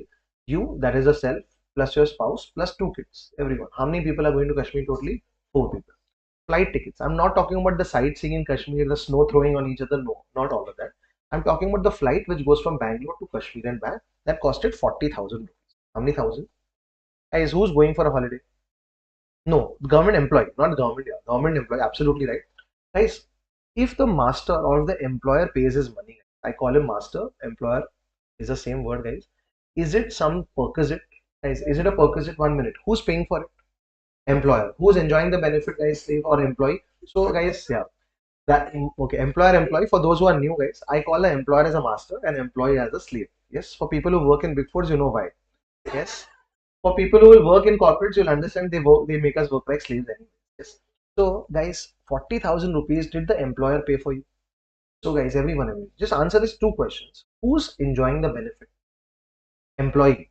And who's paying for it? Employer. So, it's a perquisite. What is it, guys? Perquisite. But the government says that, listen, two such vacations in a block of 4 years. How many vacations?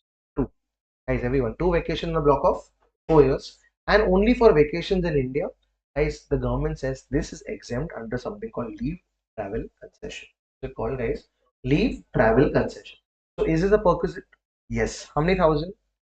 40,000. But this will be completely exempt. So how much will be taxed, guys? Zero. And this exemption is given under a section called section 10.5.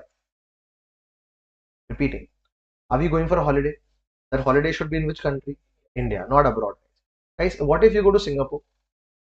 Then that perquisite is taxable only if it's in India. In how many block of how many years? 4 years. How many times? Twice. Are we okay with this, guys? Yes. So don't go into too much of detail. But if LTC comes in the exam, which section will you quote, guys? Section 10.5, and this is leave travel concession. Are we okay with this, guys? Yeah. Any questions, guys? Raise your hand, ask me. We're happy to help you with any doubts that you have. All right. Guys, LTC nowadays is not given in private jobs. Like example, guys, if you start working at Google, Google says, listen, you're going to Kashmir, you pay for yourself. I'll give you higher salary. I'll give you what? Higher salary. So nowadays, guys, all these concepts are of which companies? Government. Guys, private companies don't. If you join tomorrow, EY, KPMG, PwC, Citibank, they don't give you all this. They just say, you want to go to Kashmir? I'll give you higher salary. I won't pay for your tickets and all that because they want to avoid all these LTC. Yes, everyone? All right. So recapping section 10.1, agriculture. 10.2, HUF. 10.2A, partnership firm, also LLP. 10.4.2, NRE interest, and 10.5, guys. 10.4.2 is very common. Most of the people who are abroad, guys, they come back to India and they open an NRE. Because, guys, the interest is completely exempt. I know people who put crores of rupees in these NRE accounts and they get lakhs and lakhs of interest on it completely exempt. In a world which is highly taxed, guys, India, the rate is about 30%. Europe, the rate of tax is 50%. America, the rate of tax is 40%. In a world which is highly taxed, you have some great income which is exempt. Everyone uses this. But you have to be an Indian who's working where? Abroad. You have to park your foreign fund. Now, guys, this is 10.5. Let's go to the next one. The next one is slightly different. Hear me out well. Everyone, hear me out well. Guys, half the class here, guys, you all are all working in UAE. Where are you all working? But you are working for the Indian government in the embassy. Yes. And half of you guys are working in France. Where are you guys working, guys? France. Again, for whom? Indian government. All of you guys are working for the Indian government. Yes. Guys, please tell me every month who will pay your salary? Government. Okay. Your salary will come in for them in your Dubai account, for you all in your France account. Guys, this in UAE, what is the tax rate? 0. And in France, the tax rate is 50%. Both of you guys are working for whom? Indian government. But is that discrimination? Yes, these guys will be happy. You guys will not be happy because you are paying so much tax. So you all complain to the government. Of course, not them. You all complain to the government because you all are paying very high tax. So the government said, listen, we are making a rule. Government of India went and made an agreement with all countries of the world, and that's called DTA. Double Taxation Avoidance Agreements. We are part of it, everyone, guys. And the government said, listen, UAE, listen, France, listen, Germany. If my people are working in your country, if my people are working in, I will tax my people. The shortcut is we tax our people. Repeat, we tax. So, guys, now anyone working for whom? Reliance? No. Adani? No. Government of? Then, guys, your salaries will be taxed where? In India. So now tell me, this salary will be taxed where? In India. Now, same way, guys, people from UAE are also working where? People from France are also working where, guys, in India. Now, let's talk about this French guy who's working in the French embassy in India. Guys, if I'm taxing you, French government says even I want to tax my people. So imagine, guys, a French guy speaks very nice French. He's working in Bangalore in the embassy. Now, who's paying his salary? French government. But we can't tax it because we tax our people. They will tax their people. Now, connecting to this chapter is, where is the French guy working? In India. Is he getting salary in India? But we can't touch it. It is exempt under a section called section 10.6. Which section, guys? 10.6. Everyone, can we repeat this? We tax our people and they tax their people. Yes. We tax our people means everyone who's working where? Abroad. For which government? Indian government. Who will tax them? Indian government. And same way, anyone who's working for the foreign government in India, guys, we can't tax them. Guys, who will tax them? So we have to exempt them under which section? 10.6. Are we okay? Yes. Next, 10.7. Guys, where were you guys working? France. And where were you guys working? UAE. Were you getting salary? Guys, the salary is very petty. Small salary, 1 lakh rupees, 70,000 in France. What happens in 70,000 or 1 lakh? Nothing. So you also get some allowances. What do you get, guys? Allowances. You get 7 allowances. How many allowances, guys? These allowances, I will tax your salary. We tax our people. But these allowances will be completely what, guys? Example, if you're in France, you'll get some stay allowance, accommodation allowance, food allowance, etc. Those allowances are exempt. Salary, taxable. Good, guys. Understanding well, everyone. So repeating and recapping. Guys, we tax our people. People in France, people in Germany, people in UAE working for Indian government will be taxed in India. But the allowances, exempt. We go to the next one or two. Very simple one. If you have a girl child in India, guys, there's a special account you can open for them. Sukanya Samriddhi account. I don't know how many of you guys have a Sukanya Samriddhi account, but now it's a little too late to open. Yes, you can open up to how many years, guys? 10 years, I think. You can open if till the girl is 10 years, you can withdraw later. But anyways, doesn't matter. All those rules are not applicable. So let's say you have a girl child and you open a Sukanya Samriddhi account. Guys, can you put money in that account? Yes. Who can put money in that account? Parents. Who else? Legal guardian. Who else? Even the girl child can put. Yes. Now, guys, I'm not talking about putting the money in, guys. Can we withdraw that money? Yes. When you withdraw that money is completely exempt. And guys, generally by the time you reach 18 years, about 11 lakhs will be put in that. Guys, about how many lakhs? Because why am I saying that? That's exempt under section 10(11)(a). Everyone okay? So which is this account called? Sukanya. Sir, when is it opened? How is it opened? Guys, don't go to the post office and open a Sukanya Samriddhi to figure this out. No. All you have to do is from tax angle you have to understand, guys. If you withdraw money from which account? Sukanya Samriddhi. Is it exempt? Yes. Under which section? 10(11)(a). Yes. Worst case, guys, write section 10. But try and figure if you can, and once one two recaps, and you'll be able to understand. All right. Next, guys, and the last one before we start writing, guys. There is some very big calamity in India. Big calamity. Some flood, some earthquake, etc. And the government or some NGO is paying you money, guys. Is it taxable? No. Guys, remember, it's the government paying you in a big calamity. Your house is destroyed in an earthquake. If we tax you, how will you build that house?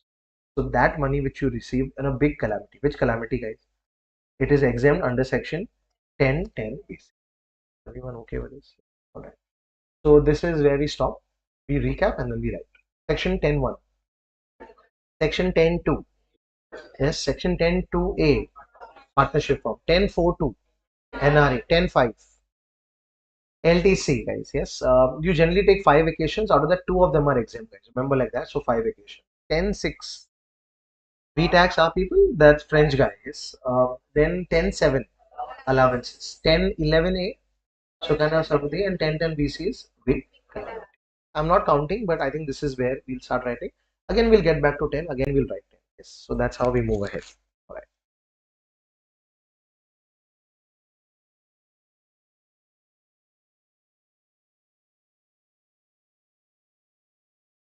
Yes. This is the third part in my handwritten notes.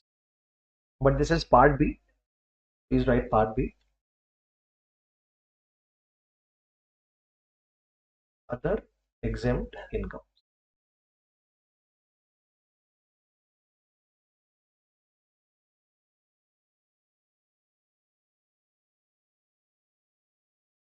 Right. First, focus on the concept. Once that is understood, then look at the section. And then try and see if you can remember both. As here, we'll not number it. We'll keep writing them. 10(1). Agri income is exempt. We've already discussed that, so no more discussion on that. 10(2). Share of profit of members of HUL is exempt.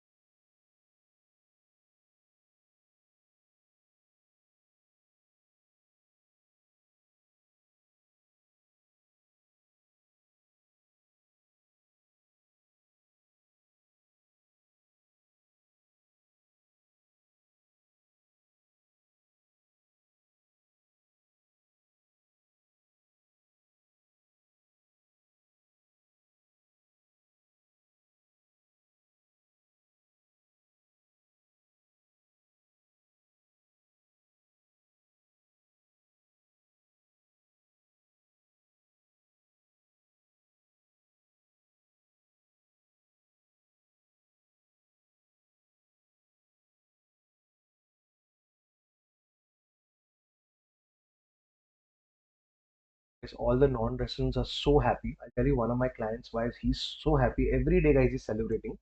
First of all, he's put money in which account? Yes, he's in Dubai, but he deals in US dollars, guys. This business is basically into chemicals. He's a client of my Mumbai firm, but he's a friend of mine also. He basically buys chemicals from China and sells them to Africa. And he sits in which country? UAE. So he's paying how much tax, guys? See the amount people are cribbing about tax. See this guy. He's sitting in Dubai every morning. He calls all Chinese companies who make chemicals. He buys these chemicals from China, ships them to Africa. and sells them in Africa, a 100 rupee chemical is sold for 500 rupees. So is it high profit? Very high profit. Sitting in which country? UAE. How much tax? Zero. Of course, now corporates have to pay a certain tax there. So he's paying very small tax more, but there are exemptions, etc. So till recently he was not paying tax, but in UAE, very small tax is paid. Now, guys, where does he park that US dollars? In India. In which account? NRI. So he's sending that money to India. Government has no problem when you bring in money. The government only has problem when you take out money. So the money is coming happily into India into an NRE account which is opened in ICICI Bank. Now on that NRE account, what does he earn? Interest. That is completely exempt. And guys, in the NRE account, he did not convert it. He parked it in US dollars. And when he parked it, I remember, guys, he's been parking the money at 60 rupees a dollar, 62, and suddenly, guys, $1 is now 87. So, guys, what he's earning is interest is nothing. Guys, he's got from 60 rupees to 87, 30% jump in dollars. So what he parked was when he parked, example, let's say $1 lakh. $1 lakh when he parked was 60 rupees. So how many lakhs? 60 lakh. Today it became how many lakh? 87 without doing anything. So these kind of people are going crazy. They are making a lot of money and they are saving a lot of tax. Yes.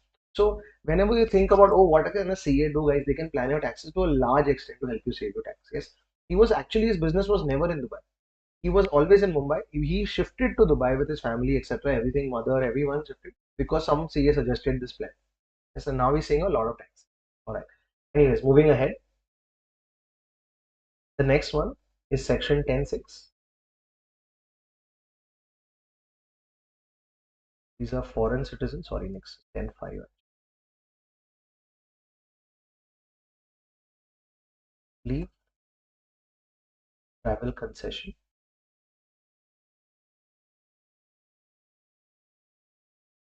paid by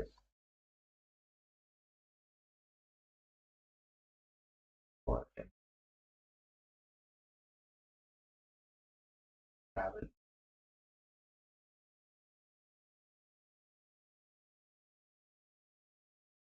in India.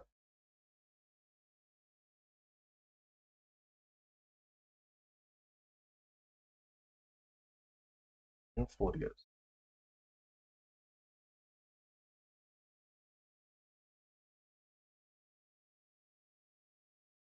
Ten six. The foreign citizen shortcut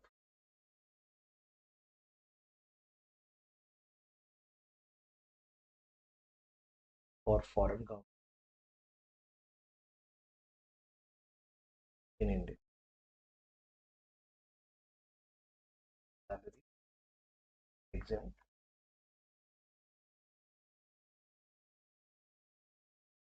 Shortcut. Pay tax their people.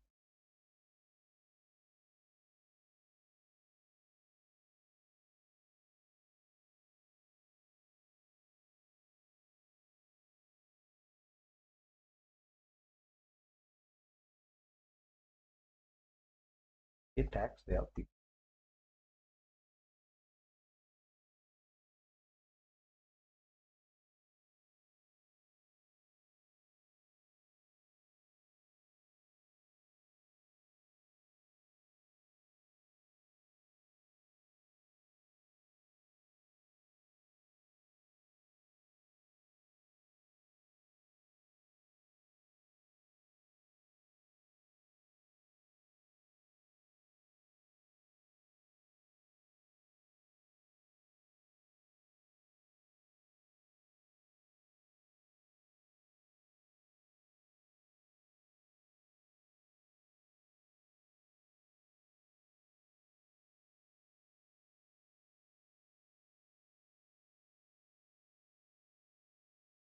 Allowances which is paid to people working abroad for government of India.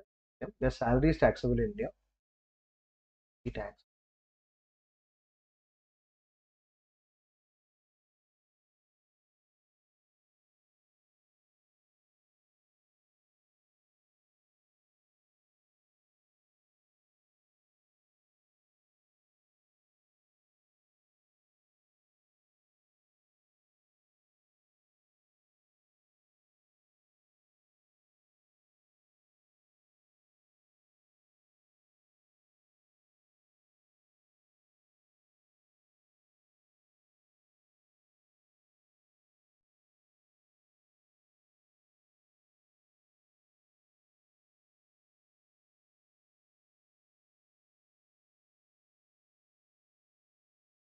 It's just checking what is WRT with respect to.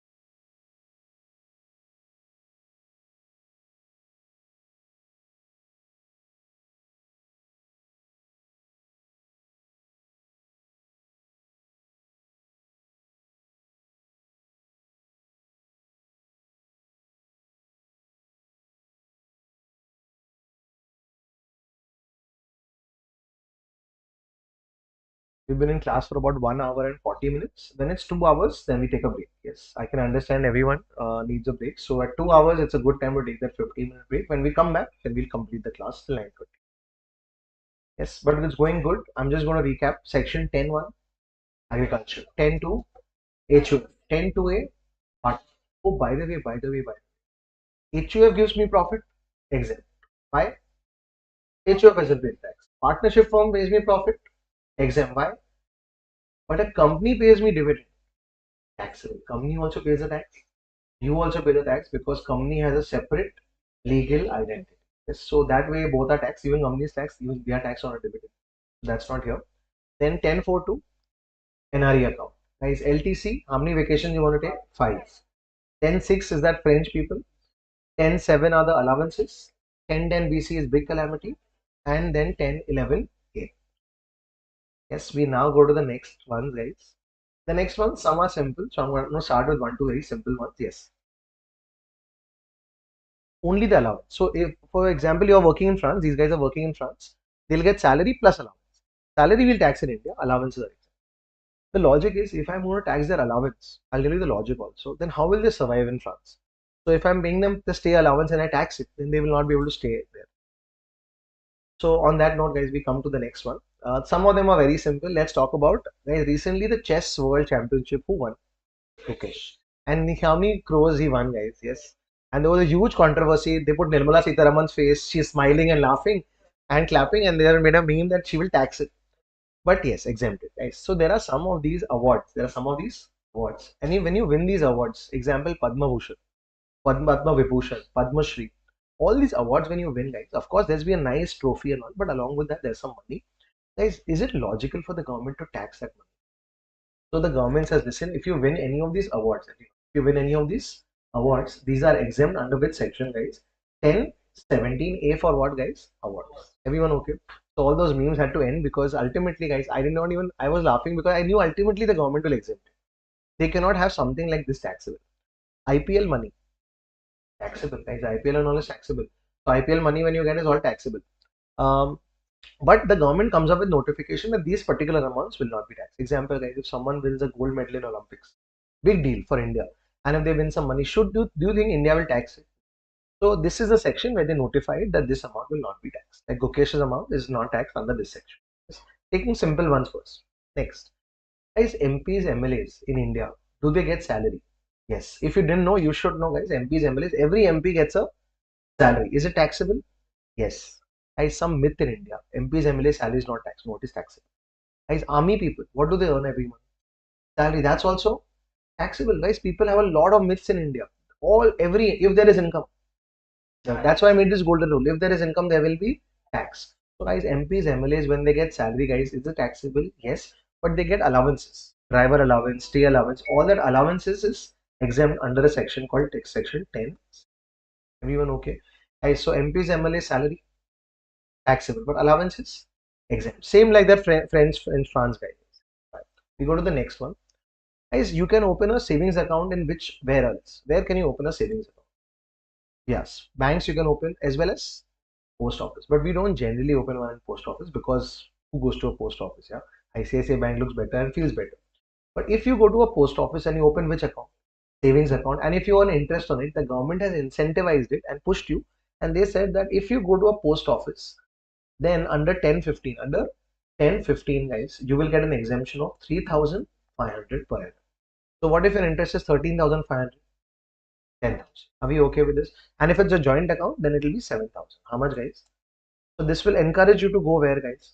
Post office. So this is section 1015. This is MPs, MLAs allowances, and these are awards. Very simple one, guys. Now I want to go to something very slightly complicated. I need all your attention for this one.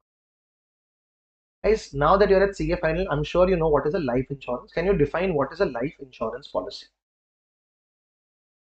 A policy whereby you pay premium every year, and at the end, if something happens to you, your family gets money.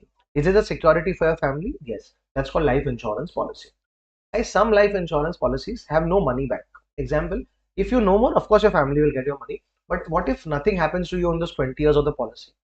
Then nothing happens to you, you don't get the money back. But there are some policies which are money back policies. Which policies, guys? That means, guys, in 20 years, if something happens to you, your family will get money.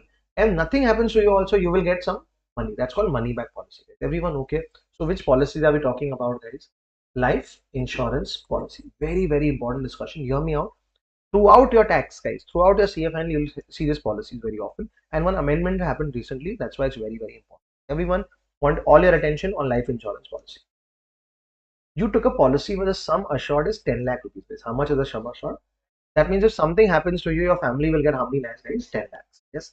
And every year you are paying a premium, which is a very low premium, guys, of 8,000 rupees. How much premium are you paying? 8,000. Guys, this is all people who are securing their family. Guys, you think like the government, like the person who's securing his family by paying 88,000 rupees every year, collecting money, why should it be taxed? So the government says, listen here, if it is on reason of a death, which reason, guys? I want more repetition. If it's on what? Death, and your family gets the money, then I am with you. On that death, guys, the government is also sober and they are also unhappy about it. So they feel, I don't want to tax this. So on death, if your family gets how many lakhs, guys? 10 lakhs. This amount will be completely, whether it's 10 lakhs, whether it's 1 crore, whether it's 10 crore, whether it's 100 crore. If it's on death, there is no tax at all. Are we clear about it, guys? So on death, there is no tax. It's completely exempt. But guys, what if it's not death? What if the policy was for 20 years? How many years, guys? And you survived those 20 years and now you're getting your money back. And the government says, we'll check the premium. We'll check if the premiums have been low. Guys, everyone, what has premiums have been? That means you're not a very rich person. You're paying low premiums, small premiums. Then also it will be what, guys? Exempt. Guys, death, exempt, always. Then you will not check anything. If otherwise, if the premiums are low means people who are middle class, lower middle class, they're paying low premiums, small premiums. It is also, what is low? I'll teach you, guys. But guys, if the premiums you pay are what, guys? High. That means, guys, you are paying big premiums. If you are rich enough to pay big premiums, then you're rich enough to also pay what, guys? Tax. Everyone. Guys, so understanding, let's bifurcate. Guys, on death, will you check for low, high premium? Nothing, guys. If the premiums are low and if the premiums are high, now let's see what is low and what is high. Of your sum assured, repeat, of your, if it's 10%, up to how much percent? 10, then it's low. So 10, what is the sum assured here, guys? 10 lakh. 10 lakh, 10%. 1 lakh. How much premium are you paying? 8,000. Is it low? Yes. Government says, no problem. I know you're not paying too much. Exempt. Changing it to 80,000. Exempt. Changing it to 1 lakh 8,000. Government says, if you're paying such high premium, that means you have a lot of money. That means it is taxable. So what is the percentage, guys? 10. If the policy is taken today, if the policy was taken many years back before 2012, before which year? 2012, this 10% was 20%. Before 1st April 2012, what was the percentage? 20%. Now that percentage has changed to what percent, guys? 10%. Are we okay with this, guys? Yes. So in the exam, check when the policy was taken. Policy taken by your father in 2011, 20%. Policy taken by you in 2018, 10%. Are we okay? And for disabled person, guys, this 20% has changed to 15%. For example, if you're talking about disabled person, then they can pay up to how much premium, guys? Earlier 20, now 50. Are we okay? This is low premium. Example, a LIC agent comes to your house. 1 minute, please. A LIC agent comes to your house, sitting with your parents, saying that there's an amazing policy of 20 lakh rupees. How much? Annual premium 2.5 lakh rupees. Do your parents take that policy? No. Guys, is it more than 10%? So whenever your father gets that money, it will be taxable. You tell your father, stop, don't take this policy because this is not tax. This is taxable. Same policy, 20 lakh, premium 1 lakh 80. Take it off. Because guys, what percentage? 10%. Are we okay? 10% of what? How much? Guys, can we repeat this, everyone? Guys, death, exempt, low premium, and high premium, taxable. Now, guys, they've added another layer to it. If the premium that you're paying, guys, I'm giving you a very big example. Sum assured 1 crore. Everyone. This is a sum assured. Is it a big policy? Yes. Up to how much percent can you pay premium? 10% is how many lakh? 10 lakh. You are paying premium of 6 lakh. Are you paying premium? Which is low. Not death. Please tell me, this is low premium or high premium?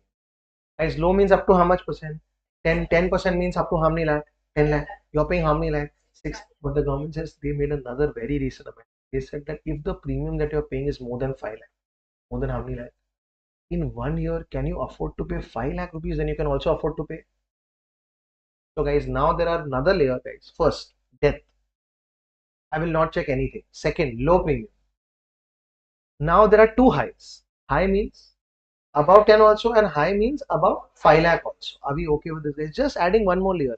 Guys, amendment basically means some small changes happen. So now I'm giving you 4 policies. You tell me, guys, will it be taxable? Will it be exempt? Guys, this is not paying the premium. This is receiving the money. Guys, some person got 100 crore rupees on death of a family. Low premium, high premium? Nothing is checked. Are we okay? A person got all the premiums have been low. Exempt. Everyone okay with this, guys? Guys, premiums have been paid at 11% of the sum assured. Taxable. Premium have been paid at 6% of the sum assured, but 6 lakh rupees. Are we okay? So now, guys, you have just one more layer here. Just high also is taxable, and above how many lakh, guys? 5 lakh premium is also what, guys? Not paying the premium, guys. This is getting the money. Are we okay with this, guys? And whenever you see exemption, guys, this is an exempt under section 1010D. Can we repeat, guys? Section 1010D. And this 5 lakh amendment they made from the 1st of April 2023. Which year, guys? So this 5 lakh thing only applies to policies which are taken on or after 1st April 2020. So if it's a very big policy before that, no problem. Only from 1st April 2020. Everyone. So this is a very difficult one, but you understood well. Can we recap? Section 1010D. D for death, guys. Is it a life insurance policy? You're getting the money or you're paying the premium? No, getting the money. If it's on death, exempt. If you're getting the money and all the premiums were low, exempt. Even one premium was high, taxable. And policies after 1 April 2023, you have to see high also, and you have to see 5 lakh. Are we okay with this, guys? Yes. Now, guys, in your client cases also, if you go into an office and you're a small mid-sized firm and there's an individual, guys, and the wife has got money because the husband is passed away, all the premiums have been low. One of the premium was high, and your client is coming to you with a policy saying, you're a CA article, I want an opinion. He wants to take a policy of 1 crore rupees. Policy premium is 7%, that is 7 lakhs. Tell him, don't take that because whenever you get the money, it will be taxable. Are we getting it, guys? Yes. And it's not just individual. After 1st April 2023, even if it's 2-3 policies, the premium should not be more than how many lakhs, guys? 5 lakhs. And the logic, guys, understand from the government's perspective. The government is saying if you can afford to pay more than how many lakh premium, then you can also afford to pay what, guys? Tax. That's the logic. That's 1010D. 1011A we understood. Now, guys, one more small, then we'll write those. Guys, in India, if you don't get a private job, there is a government job called Agniveer. Heard of it? Guys, not heard of it? Let me tell you. There's a scheme called Agniveer scheme. Which scheme, guys? Guys, people who've not seen newspapers, at least, guys, scroll through memes very regularly. You'll see all this there. Yes. So Agniveer scheme, guys, is a scheme of the government where they say, listen, you can enroll in the army. You can enroll in the army. Whenever you want, we'll call you. And when we call you to serve the nation, we'll pay you salary. We'll pay you what? Salary. Now you tell me, guys, if there is income, there will be tax. So when you, as an Agniveer, let's say all of you guys become Agniveers and you get salary. Is that salary taxable? Yes. Under which head? Salaries. Is that okay, guys? Yes. But besides your salary, everyone, hear me out. Last bench that who's going to meditation mode. Yes. Yeah. If of course salary is taxable, but besides salary, guys, there's a fund called Agniveer Fund. Which fund? So there's a small gift for you at the end of the period or retirement. You'll get that fund, guys. In the Agniveer Fund, can the employer contribute? Everyone. Can the employer contribute? I'm not getting the answers. Okay. So are you an Agniveer? Yes. What fund has been made for you? Your salary will come into your bank account, but separately a small gift to you into your Agniveer fund, guys. Who puts in the money? Government. Who else can put in money? You yourself can also contribute. Let's say employer contributed 1 lakh, you contributed 1 lakh. How much is the money? 2 lakh. Who uses that money? Government. Till it's paid to you guys. Who uses that money? Government. And after 10 years, guys, that money is being paid to you guys. So how much did the master, how much the employer put? How much did you put? Total. On that you earn interest. On that you earn what? And totally the amount has become 3 lakh 20. And now you're withdrawing it, right? Government says that amount, thank you so much for serving that amount withdrawn from which fund? Is completely exempt under a section called 1012C because you've been a champion for the country. 1012C is what, guys? You okay with this, guys? Very new ones. So these are the new ones which I'm teaching you. 1012C. C for what? Any amount withdrawn from which fund? Agniveer fund. Fully exempt. Guys. Are we okay? And 1010D, life insurance. 1017 awards. Yes, 1017 MPs, their allowances are exempt. Yes, let's write these and then it'll be almost time for a break. All right.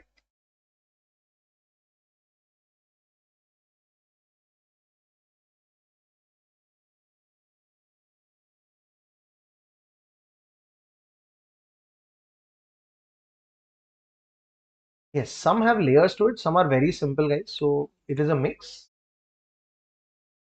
I'm going to the new page and I'm going to write some here. Everyone, let's write the easy ones first and then go to the difficult one. Next one. 10, 12C.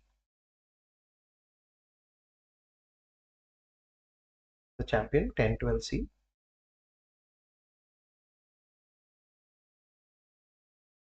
Amount withdrawn.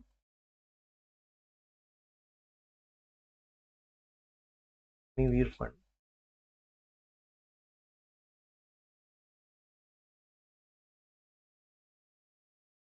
Fully exempt.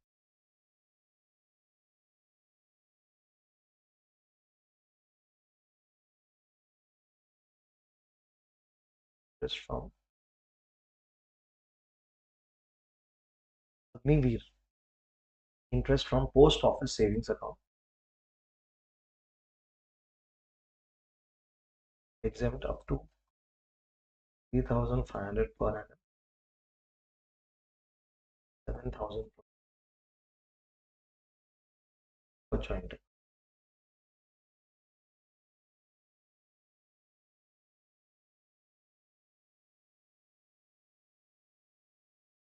1017.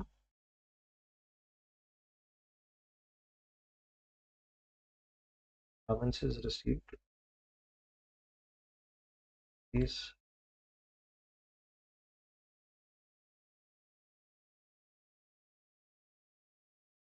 their salary is taxable.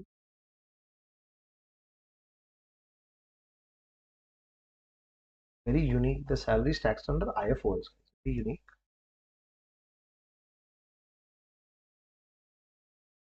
At CA final stage, I'll tell the logic also, but in some time. Allowances are exempt. Their salary is also taxable, but under IFO.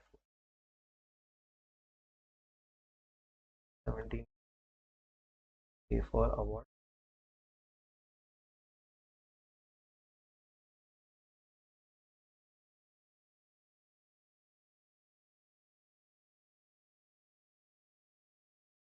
Use. Certified by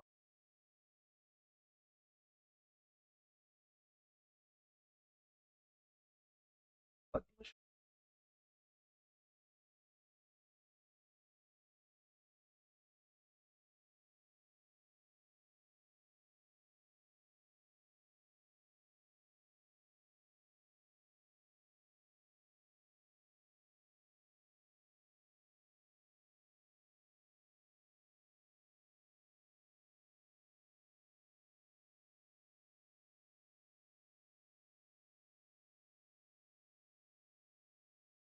We go to the next one. Slightly different.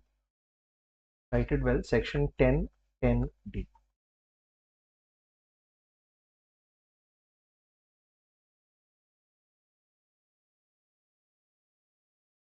Where but is received live foreign policy. It's referred to as LIP many places. Yeah, yeah. Always, always registered. Yes. So like a CA, who's a CA? Who's registered with ICI? Same way, NGO. When I say NGO or trust, etc., only those which are registered. NGO can be private, even they can be registered, but has to be registered. Now, let's say you want to. I'll tell you. When they register, right, they will register you as an NGO only if you're doing greater good for the public. Example, you start an NGO for the benefit of your family, they'll not register you. You start an NGO which is only serving people of Jayanagar, they'll not register you. So basically, it has to be for the greater good of everyone, then they register you. And the registration is under section 12 AB. And if you register, only then you get benefits. That's how it is. Yeah. Yes. Yes. Yeah. They will not name that person, but they will specify the body who's paying it. So paid by the Indian Olympic Association, World Olympic Association. Yes, similar, of course. There's a precedent there. Then if subsequently anyone else also wins from there, it will be exempt. This is 1010D, amount received from life insurance policy. This is now very, very important.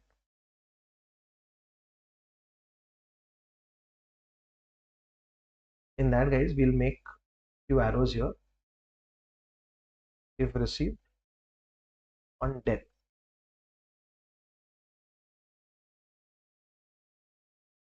is exempt.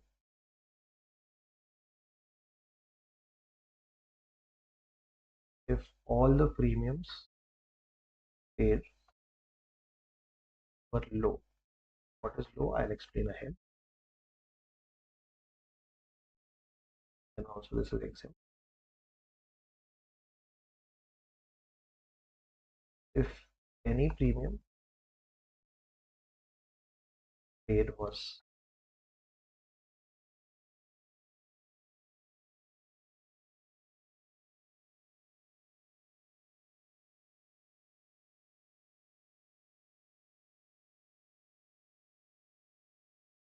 this 1st April 2023 onwards,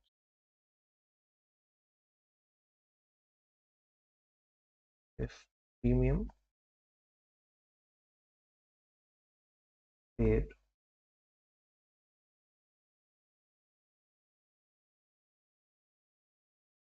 is taken on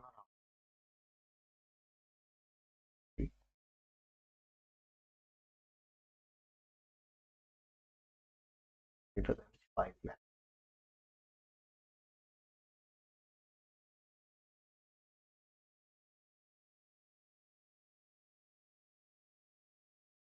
Is very important. This one, especially this policy after 1st April 2020. Just checking again, is it paying the premium or receiving the money, guys? Receiving. We're talking about when you receive, what happens, the exemption and taxability there. All right. And what is this low and high, guys? Can we summarize that? So here, low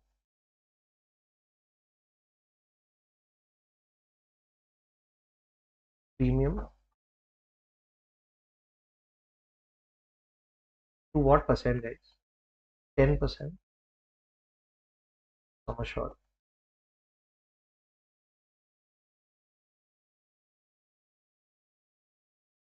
Policy before 1st April 2012. It was what percent? 20%.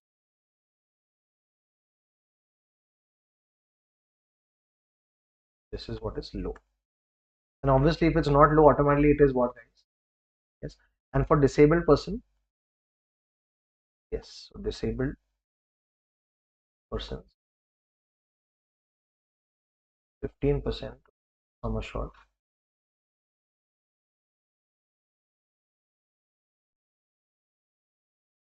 Before 1st April 2012, 2013 for disabled. 20. Guys, don't remember all of this. Main thing is 10%. Which one will you remember? 10. 10 is there, 20 is there, 15 is there, but mainly is 10%. Remember that percentage. And depending on when you've taken the policy. So guys, today you go to your office and a client is asking you a question that he wants to take a policy today, guys. You have to keep in mind two things, 10% also and 5 lakh also. Guys, is insurance something which is a protection for your family or is it an investment? No, actually it's a protection for your family. That's why it's exempt. The moment it becomes an investment where you invest high amounts, etc., it is taxable. That's the logic of the government when they tax this. So this is section 1010D. Exactly 2 hours and 2 minutes of hard work. Good stuff, guys. Just let's quickly recap all the sections till here. 10.1, 10.2, partnership. No, HUF. First is HUF for family first. That's how I remember it. Family first. 10.2A, partnership form. 10.4.2, NRA interest. Good, guys. 10.5, LTC. 10.6 is those France people when they come to India. 10.7 is those allowances which you pay. 10.10 BC. 10.11A. So 10 is something. Who's the champion, guys? Again, 10-12 C. 10-15 is that post office. 10-17 awards. 10-17 MPs, MLAs. Their salaries tax, but the allowances are exempt. And guys, if you receive any life insurance money which is exempt, 10-10T. Right now we're talking about exemption, right? But in a chapter called TDS, we'll talk about the taxability. So we should know that also. That is high and high premium. And what is the premium percentage, guys? 10. Just remember 10%. If it's very old, 20. Disabled is not even important. 20 became 50. Yes. Good stuff on the understanding and the by hearting also. We are very close to the last few. When we come back, we'll discuss the last few. Right now it's 8:35, 8:45. It's 10 minutes. Is that a good break? Yes. We can't afford a longer one, so 10 minutes for today. All right, guys. Back to the coffee powered session. Yes, it almost smells like a cafe here. Yeah. All right, and we are back looking at some more exempt incomes. It's going very smooth. I'm just going to save this sheet. Yes, a few doubts were asked in the break to me. I'll be discussing that with you guys before we move ahead. So, point 4. Guys, all that is stored here will go into the drive slowly and steadily, and you'll be able to access the drive as well, and all these files as well from the drive. Guys, you've taken 3 policies after 1st April 2023. How many policies have you taken? 3. Premium of the first policy is 2 lakh. Second premium is 3 lakh. Third premium is 3 lakh. Total it up, guys. 2 plus 3, 5. 5 plus 3, 8. Is it going more than 5 lakh? Yes. So there's a problem. Some of it will be taxed. Now, which one? That's your choice. So I'll be the smart one, guys. Which is the bigger policy? Will be exempt. So one 2 lakh policy and one 3 lakh. How many policies? 2 will be exempt. The third one, taxable. Give you another example, guys. 1 lakh, 1 lakh, 1 lakh, 3 policies. Total. Yes, all you have to check is 10% also. Guys, you have to check 2 things, 10% also and high also. I was giving another one. One policy of 5 lakh, very big policy, and 2 policies of 1 lakh. 5 plus 1 plus 1, 7. I'm talking the premium. How many lakhs, guys? 7. So is it taxable? Yes, but one can be exempt. Which one will you take? Will you take the 1 lakh? No, it will not give you a great benefit, guys, but take the 5 lakh one, because see, the higher the premium means the bigger the sum short. Yes, so that be the smart guy in that 5 lakh, whichever is exempt, that's your choice. Everyone okay with this? All right. So we move now ahead to some new things here. Something very, very new is happening, but I'll take first some easy ones. Guys, in the state of Karnataka, if girls travel by bus, free, guys. I don't know what to say, but guys are feeling bad about this. Yes, but there is a rule in the state of Karnataka. Now, why did they do this? Yes, guys, somewhere to help also women, somewhere to vote bank also. Same thing, guys, in the state of Sikkim. Which state, guys? Sikkim. The government decided that I want votes from this state, so I'm going to do some exemptions there, and they exempted 2 income. Any income for individuals only. Any income from within Sikkim. So if you have any income, if you're an individual within Sikkim, which is exempt, plus interest and dividend, plus interest and dividend from across India is exempt. Only if you are which individual? Sikkimis. Yes, not for companies, etc. And this exemption is given under a section called 1026 AAA. This is only for which people, guys? Sikkim. I said, how do you become a Sikkimese individuals, guys? What kind of eyes should you have to become a Sikkimese individual? No. Yeah, nothing like that, guys. You can't even marry someone and become a Sikkimese individuals. No. It's basically only if your legacy from Sikkim. There are many conditions. Don't have to go into that. In the exam, if there is a Sikkimese individuals or earning income, is it exempt? Section 1026 AAA. Now, guys, I'm talking about 2, 3 simple ones and then important ones. Yes. Uh, yes. So are you a Sikkimese individual?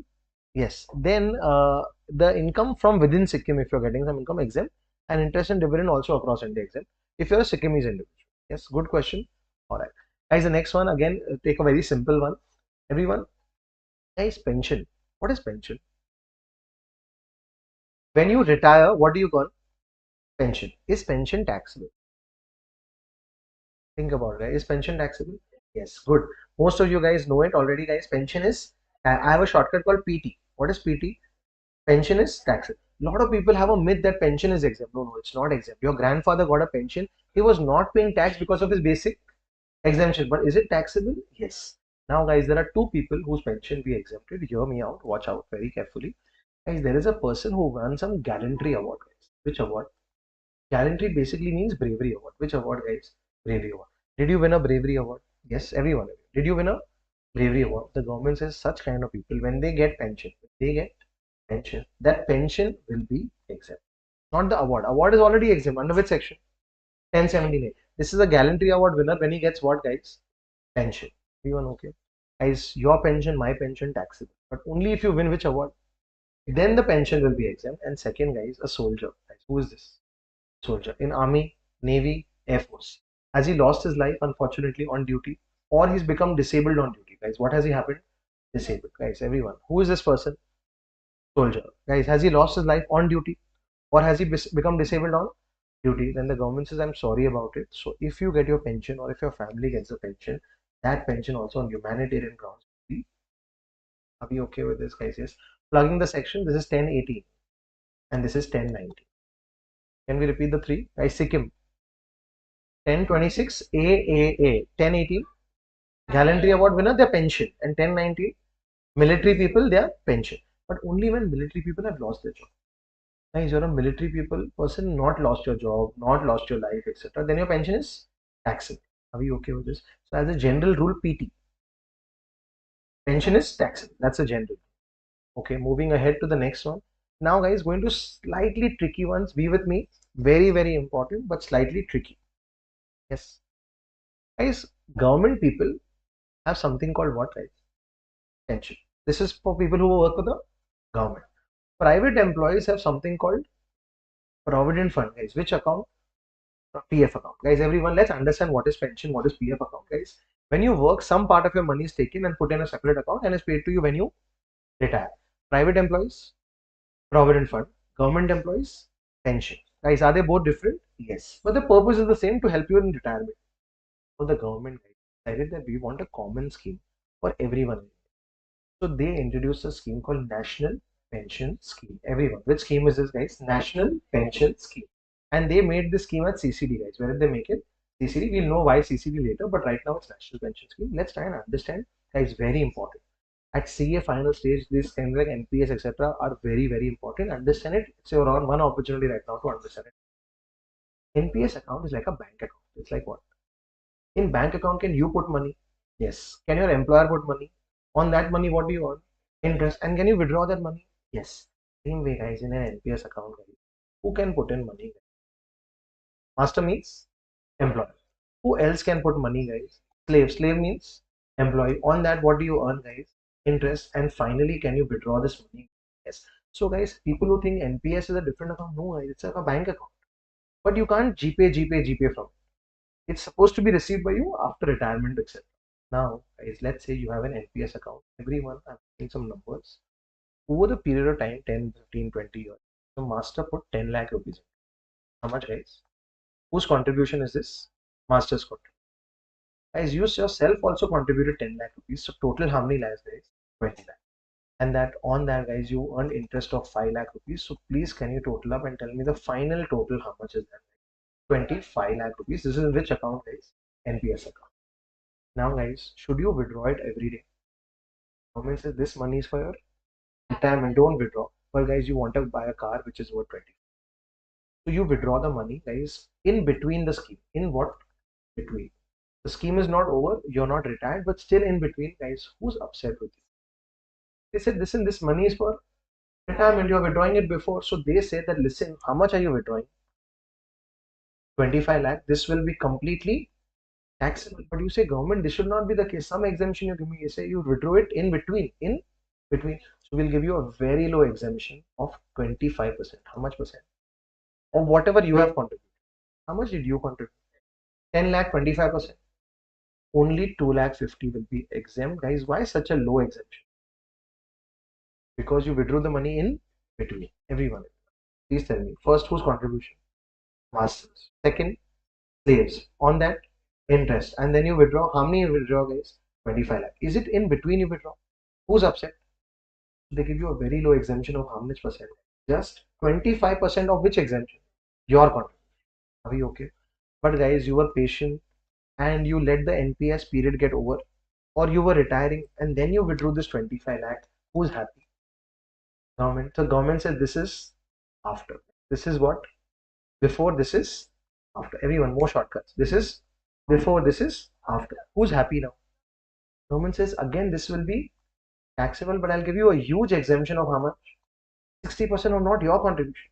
Overall amount. Guys, if the overall amount is let's say 30 lakh, 60% of this, 40 lakh, 60%.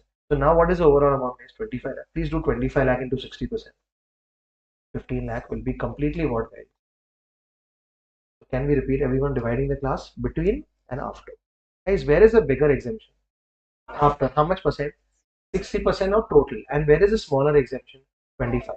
Yes. Why? Because if you remove before, the government is upset. So only 25% of your contribution. Now adding the section, guys. This is before. So section is 10, 12B. Right? What is the section? 10, 12B. B for before. And this is section 10, 12A. A for what, guys? After. Are we okay with this, guys? Guys, how do you contribute? What happens to that interest? All that we'll see later. Right now, I'm talking about the withdrawal. Can we recap? Yes. 1 minute. Section 10, 12A. After 10, 12B. After how much exemption? 60% of total. And B, 25% of your. So every time you withdraw, you will get an exemption, but only of the 25% of your contribution. Yes. So partial withdrawal also, let's say out of this 25 lakh, you wanted not to buy a car, but to buy a bike for 3 lakh. So if you withdraw 3 lakh, you will get an exemption of 25% of your contribution. How much was your contribution? 10 lakh. So 25% of that is 2.5. So out of 3 lakh, 2.5 lakh will be exempt. So first, whatever you withdraw, you add, and then you get an exemption. So the smarter people will do what? They will only withdraw up to 25%. So if you withdraw up to 25%, it will be exempt. All right. Yep. No, it's aggregate. So now let's say you withdraw 3 lakh. So from 3 lakh, how much will you minus? 25, let's say 2.5 lakh. So you'll be taxed only on 50. But the next bike you buy and again you withdraw 3 lakh, then you've exhausted 2.5 lakh exemption. So that is basically the limit which is exhausted. So let's say the contribution amount changes from 10 lakh to 12 lakh. You have a calculator? Yeah. For anyone, guys, 12 lakh into 25%. How much is that? 12 lakh into 25%. 3 lakh. Out of 3 lakh, you've already taken exemption of 2.5. So now you next time you'll get an exemption only of 50,000. Getting it right? So aggregate exemption. Yeah.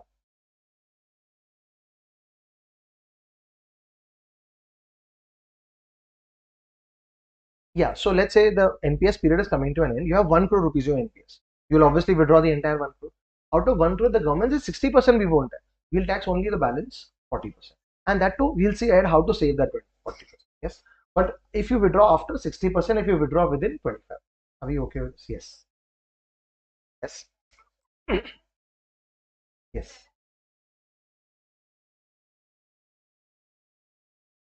Yeah, on the total amount, but whatever exemption you've already taken, that will be minus. So in the end, let's say you have 1 crore rupees. You are withdrawing 1 crore rupees. Exemption will be 60% of 1 crore is how many lakh? 60. But 2.5 lakh you've already exempted. So that will always be minus. Good. It's great questions coming. If you understood, great. I'm just recapping.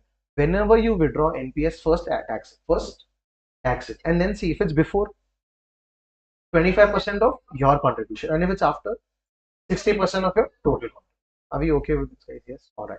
So this is 10, 12A and 10, 12B. We finished Gallantry Award winners. We finished Army Military people. We finished Sikkim. Now we go to the next one. Guys, average age of marriage in India? 21? No. 21 is too early. It's 25. Yeah. It's growing ahead, guys. People earlier, if you talk to your parents, my mom was married when she was 18. Yes, the day she got 18, she got married that day. So I think she was just waiting to turn 18. But now, guys, as the average age moved ahead, yes. So now people have their child at the age of 32. At what age? 32. It's a small shortcut, guys, for people. If you have a minor child, if you have a minor child, guys, you know this already. I'm just recapping it. Guys, every income of your minor child will be taxed in your minor child's hands? No, in the hands of the parent. So example guys, today in my daughter's name I made an FD and her interest income is 1 lakh. How much is the interest income? Will she pay tax on it? No. It will come to me, and when it comes to me, I get an exemption of 1,500 per child. Are we okay with this, guys? This exemption is under a section called 1032. Is how much? 1,500 per child. Guys, what if you have two children? What if you have three children? You will still get that. Guys, here there's no limit to the number of children. Yes, but small family, happy family. But there's no limit here. Yes, only the only limit is here. Yes. All right. So this is 1032. Now we go to the next one, which has been removed, guys. Everyone on the next on the screen, the next one. If you speak to someone who is slightly older than you, and you talk to them about dividend income, which income? Dividend. Your parents will say that earlier dividends used to be completely exempt.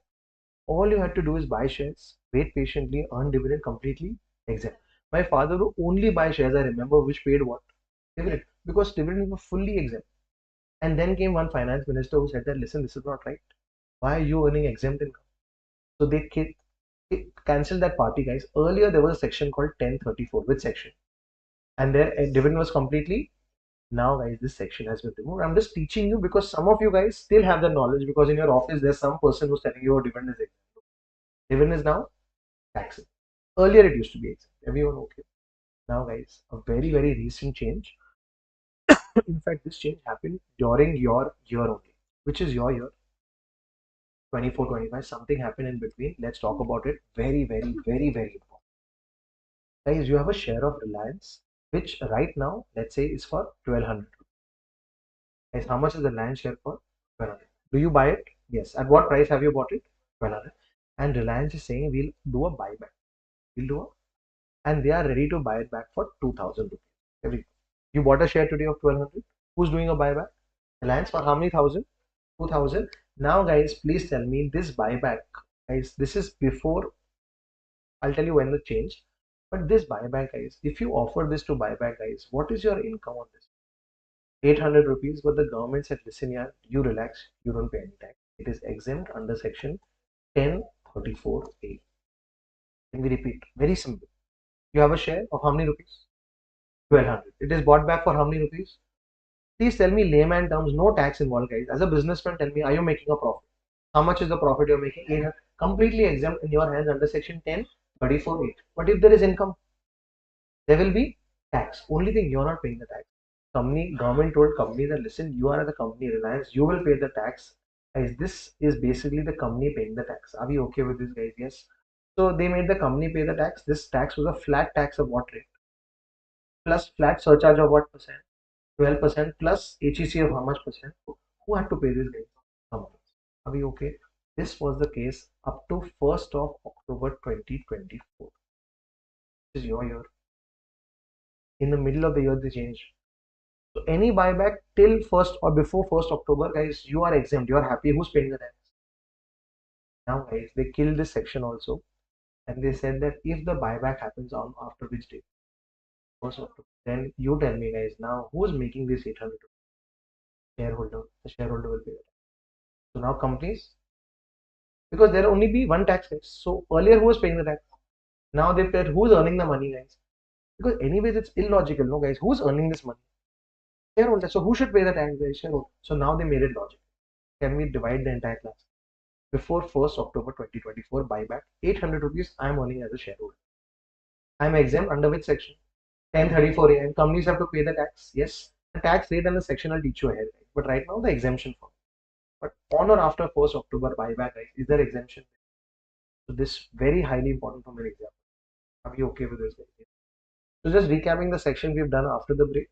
Is 1026 AAA, second, 1018 gallantry, 1019 soldier, 1012B before, 1012A after. Here how much percent?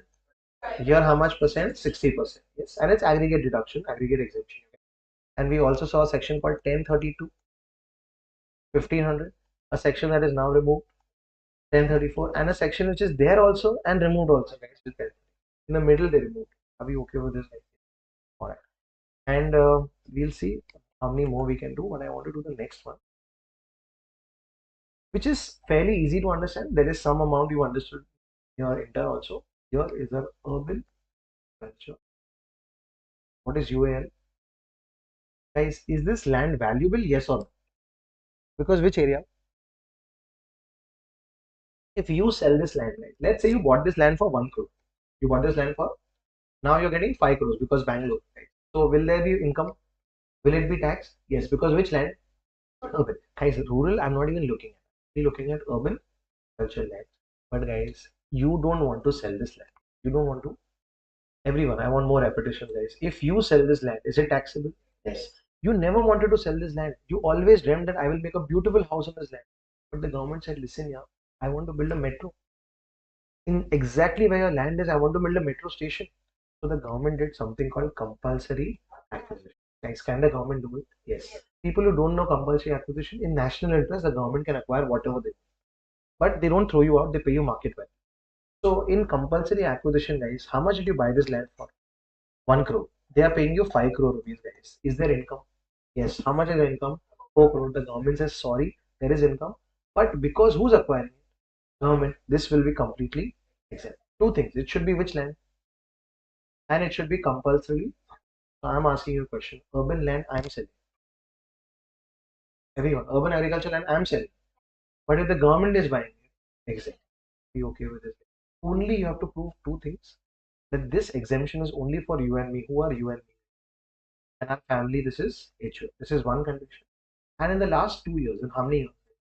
You should have used this land for which purpose? Because which land is this? Okay.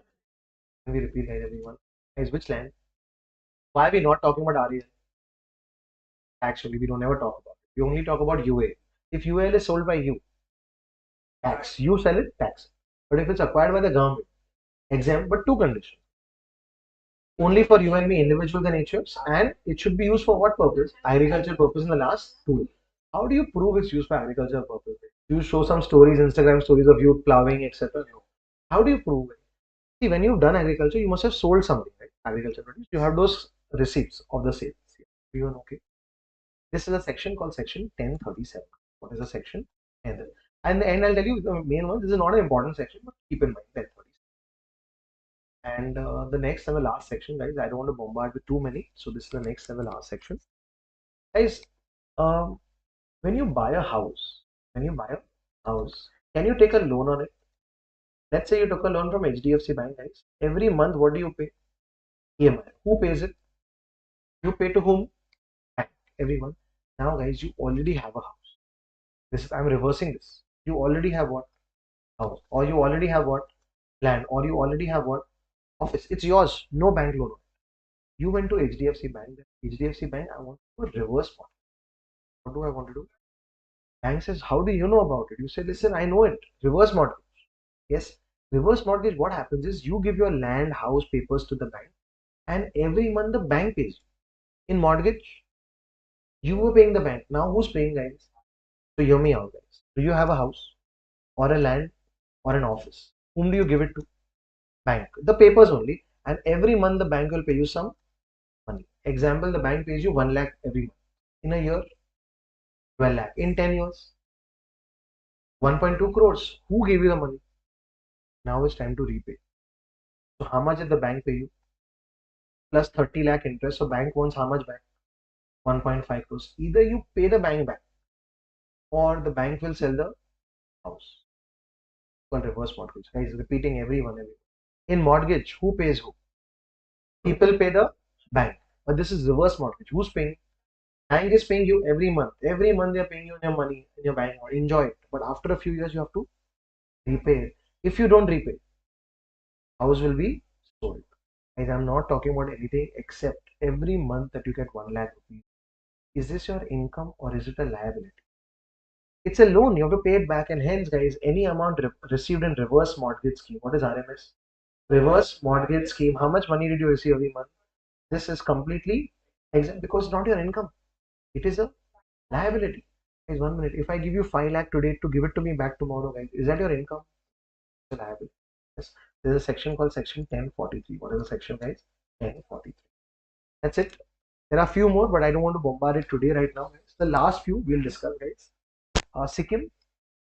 Forget the section. Do you understand Sikkim? Yes. Gallantry award pension. Army Navy people pension. Yes. Minor child 1,500. Dividend is now taxable. Buyback both. It was exempt and now it is taxable. When it was exempt, who was paying the tax? And now you have to supposed to pay the tax. Yes. And if it's an urban agricultural land, you sell it. Government buys it. Exempt. But agricultural purpose and all that, and reverse mortgage is completely exempt because it's not an income. It is a. I have about 5, 7 exemptions more, but I don't want to push it honestly today. We'll write this today. When we come back tomorrow, we'll do those 5 because I don't want to miss out on the case laws. Yes, because I don't want to lose that hang of it. Every day we come and do 3, 4 case laws. So we'll write these last few exemptions. We'll end exemptions and then we do case laws, and that's where we end the session. Let's start writing, everyone. Can you tell me the last one you've written? Is which one? 1010D.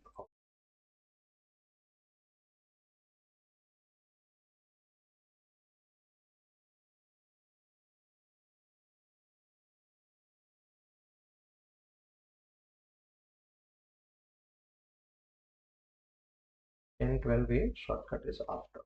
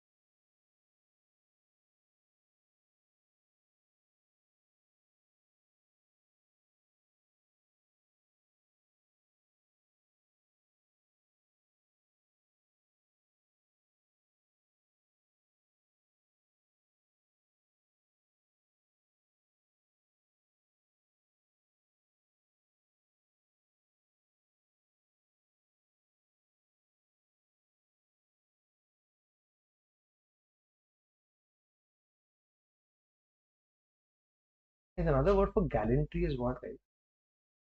So if you don't know gallantry word, write bravery in a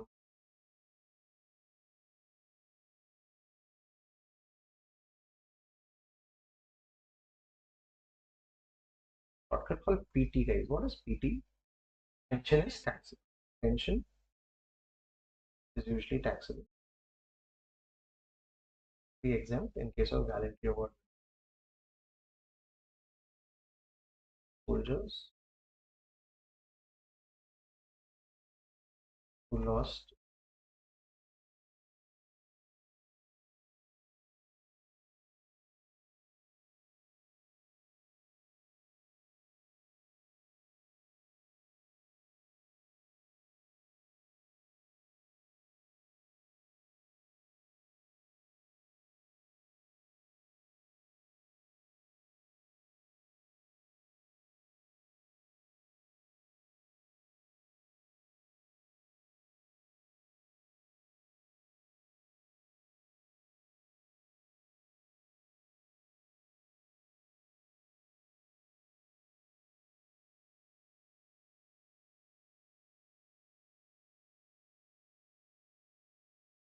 Means individual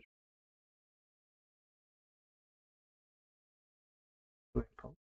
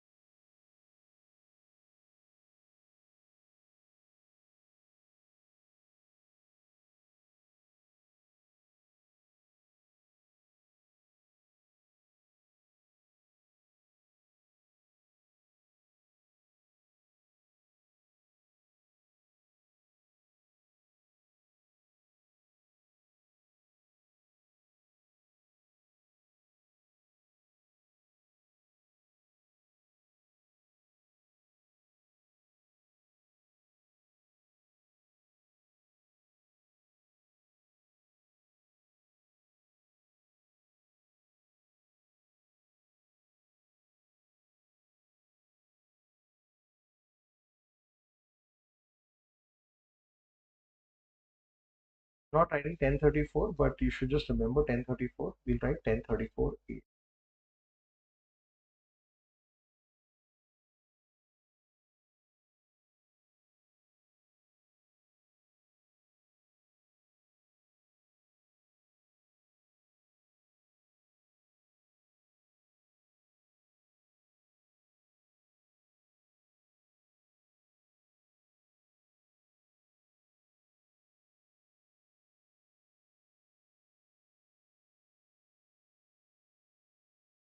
Stop.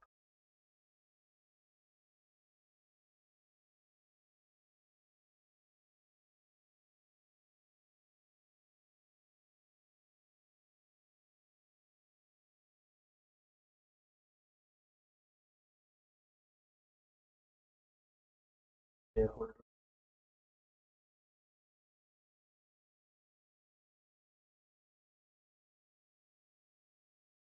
table.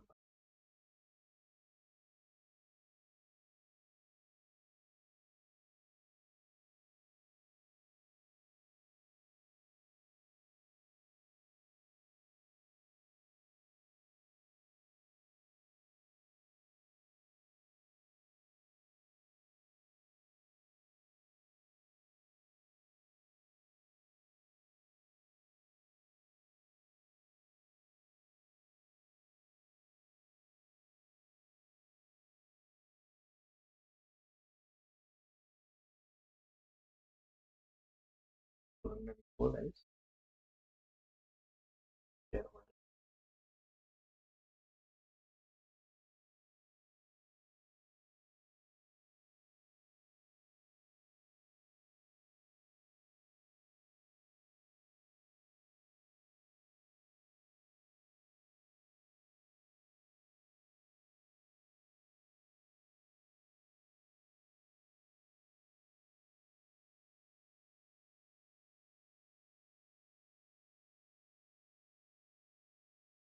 So I have just like 10 minutes. We'll write the remaining ones 1037, 1043 tomorrow, and we'll understand the last four, five exemptions.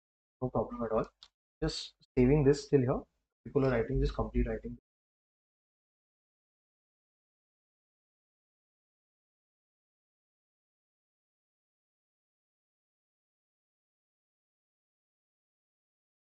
So I want to discuss one, two small things with you guys before we also end. And we want to discuss the four cases also.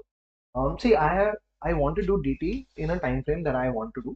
Of course, if it exceeds a few hours, no problem at all. Yes, but in the aim of attempting to do it well, there are some chapters which are very very tiny and very small. Example, a chapter called Advanced Routing. It's a chapter in ICI material only. It's for 12. It's a 12-page ICI material chapter. Now, I was thinking for chapters like this, which are very very tiny, very small, there are about two or three of them, or maximum four chapters like this. If instead of doing them here in class, I will do a recording on my own, share it with you guys. You can watch it during your class duration only. That is this month, next month, you can watch it, and we can discuss anything that is here. Yes. not trying to shortchange here, guys, but all the time that we spend less on those chapters, we can do the sums here in class. We can look at more exam papers, RTPs, MTPs, as compared to doing a chapter which is slightly theoretical and which you can, on fast forward mode, you can do it at home in like half an hour, 45 minutes. Yes. So that's the aim. Not many chapters, guys. I think there will be maximum 3 or 4 chapters like that. If if time permits to do it in class, I'll play the recording in class only and we'll watch it. But if time does not permit, I'll just send you a message and listen, watch these at home, and very simple chapters. And it's not that I'll tell you to watch this after our class gets over. I'll tell you to watch it while our classes are going on in the evening, while you're traveling one evening, sit and watch that 1 hour recording. And next day we can always discuss about it also and we can solve questions. It'll help us collectively save some time. Yes. So that is what my attempt would be. We'll see how that goes, but that is something that I'm thinking about. All right, just saving this. We've written 5 pages today, which is good. At least from my angle, I've written 5 pages here. I'll save this. We'll continue an exempt income tomorrow for first half an hour, guys, and then we'll enter into a new chapter tomorrow. Guys, tomorrow will be a start of a new chapter, which either will be one of the big chapters or one small chapter. We'll see how it goes, but we'll start with the heads of income from tomorrow. All right. Now, guys, the case laws. Let's talk about the case laws. Yesterday's case laws first. We'll recap the three and then we'll move ahead, guys. Guys, first is Honda. Guys, is Honda technical? Yes. So they were paying which fees, guys? Technical fees. Next, guys, then there was someone called Male Anand Filter. Guys, did he filter his deposit? Yes. So he paid some security deposit which got forfeited. And next, guys, there was Saurashtra Cement, and cement is liquid, guys. He had paid some, he has got some liquidated damage, which was again a capital receipt. Now we'll talk about 4 more case laws for today, guys. Let's talk about it. Guys, very recent. This is highly, highly, highly probable in the exam because it's an amendment by Finance Act 2024. Yes. Half of this class here, you are renting your house property. You have one property you're renting out. When you rent out a property, which room will you be taxed? Income from house property. Everyone okay, guys? If you rent, let's say a house, where will it be taxed? Income from house property. But this second part here, guys, they're all businessmen. Their business is to buy properties, give them on rent. They have 4 shops in Jayanagar given on rent, 3 houses in Bangalore and Mumbai given on rent. Now, guys, for them, is it a business? So earlier they would be taxed under which head? PGBP. But the Finance Act 2024 came up with an amendment. First, I'll tell you the amendment and then I'll tell you the reason. They said if it's a house property given on rent, if it's a house property given on rent, then forget PGBP. It will only be taxed under income from house property. But sir, I have 4 houses given on rent. I'm doing a business on that. Still, you will be taxed under income from house property. Now the logic. In house property, if you remember, guys, there was a standard deduction of how many percent? 30%. So people would get deduction, but 30%. In business, guys, can I take any deduction? My telephone bill, deduction. Salary, deduction. So businessmen were basically telling the government that I'm taking hundreds of deductions. The government says sorry. So now, guys, there are 2, 3 case laws very, very important. One is called Chennai Properties. What is it called, guys? Chennai Properties. Guys, this is Chennai Properties. The same case law is also in a company called Rayala Corporation. Which corporation? Rayala Corporation. Now, what these both companies were doing, they were giving house properties on rent, and it was a business. It was their business. So they were earlier taxed under which head? Now, with the Finance Act Amendment of 2024, the court order or the court decision will be changed now because now it will be taxed only under which head, guys? IFA. So from today onwards, any client of yours in office says, listen, I have 40 properties in Bangalore, I'm giving on rent. Good. It will be taxed under IFH. If it's a house property, it will always be taxed under house property. This is a very recent amendment. Guys, I'm predicting this for your exam in May. Because in May, this can be asked directly or indirectly. Somewhere, because now it's a decision, no, not of the court, but a Finance Act amendment. So this is one. Can we repeat which properties? Chennai Properties or Rayala Corporation? How you remember, guys, that Chennai has the highest rental income. Chennai has highest rent. Everyone, Chennai rent. Can we remember this one, guys? Alright. Next. Guys, when you pay fees for your class here, and now that you're attending class, guys, yesterday was day 1, today is day 2, guys. Are you a student here? Yes. Have you got your ID card? Oh, then how are you a student? ID card is a formality. ID card is a formality. Have you started attending classes? Have you paid your fees, etc.? Same way, guys. There was a case law called ICDS. What is the case law? There's a company called ICDS. Guys, remember the ID is a formality. Yes. So same way, guys. Here, I'll tell you what ICDS did. They took some machines on finance lease. Which lease? Finance lease. Finance lease basically means you're the owner. Only the name changes after a while. So the registration of the machines were not in his name, but this company took a lot of machines. Were they using the machines? Yes. Were they owning the machines? Yes. So can they take depreciation? Yes. 1 minute. The shortcut called OP. Guys, what is it? Are you owning the machines? Yes. Not today, but will you eventually own the machines? Yes. And guys, are you putting it to use? Then can you claim depreciation? The assessing officer said, no, you can't. They went to court. They told the court, I'm owning the machines also and I'm putting them to, I deserve what? The court said, yes, you deserve what? Depreciation. Recapping, shortcut, ID. Guys, a company, ICDS. Was it a company which has taken some machines? Guys, on a finance lease. Which lease? So OP, were they owning the property also? And yes, they were putting it to use also. Just because the registration was not done in their name, still they would deserve what? Depreciation. Guys, can we repeat? First one, Chennai properties. Any property rental will now go under IFHP. Even if the court said PGBP, now that court decision will have to be changed because Finance Act 2024. And next, ICDS said that I want what? Depreciation. Can they take depreciation? Yes, as long as they own the property and they put it to. But so they're not owning, no. It's finance lease. It's not operating lease. It is finance lease. Basically means you pay. At the end of the term, the asset will be yours. Are we okay with it, guys? Everyone. And let's take the last one. Is K and company. Shortest K. Okay, what is it? K. K for Kotak Bank. Everyone. K for which bank, guys? Kotak Bank. Now, very simple, guys. K and company was doing some business. Everyone, hear me out, guys. K and company was doing some business. Guys, so they had got some deposit. They had got some deposit which they kept in the bank. Hear me out very carefully. You're a businessman. While doing your business, you had taken some deposit from some customers and you had put it in the bank. And from the bank, you earn interest. Bank, you earn interest.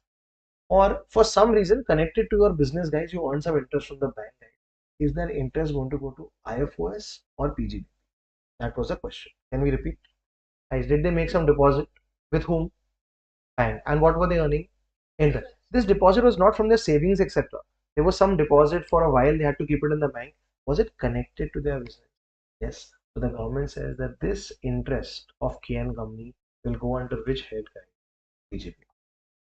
But sir, interest always goes in IFOs. Yes. As if you save money and put it in the bank, that interest will go under IF. But this is not from the saving, etc. This is not from their amount. This is from some amount which they had collected in terms of business. For a while, it was kept in the bank, guys. It's connected to the business, hence it will go into which? BJP. Can we repeat the three? I'll take up questions first. Chennai properties. Chennai has a lot of rent. If you rent properties, it will go under. But sir, Chennai properties case law says PGBP. Yes, that case law will now not be mattering because now Finance Act 2024. Second case law, ICDS. ID. ID is just a formality. Are you a student? Yes. Have you paid the fees? Are you attending classes? You're a student. Same way, can you take depreciation without registration also? Yes. And last, KN company, Kotak Bank. Did you put some money in the bank? Guys, don't get me wrong. If I save money and I put it in the bank, it's IFOS. But if it's some money which is used for business or which is being used for business, etc., I need to pay it back. For a while, I had the money, I kept it in the bank. That is connected to what? Business. So it will be taken in which hand, right? BGP. Are we okay with it? We'll write. If you have any questions, we'll take them up after we end the class. Yes, but we'll write for now. It's 9:30 already, but we'll still write and finish. Right? Yes. These are some case laws.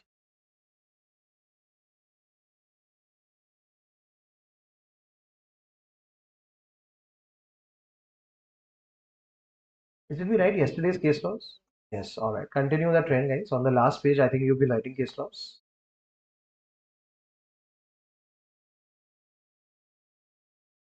Okay. Let's write today's very, very important case law, which is case law number 4. All right. Please write Chennai property dash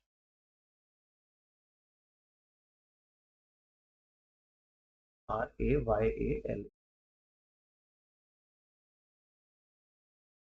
Chennai properties or Rayala Corporation.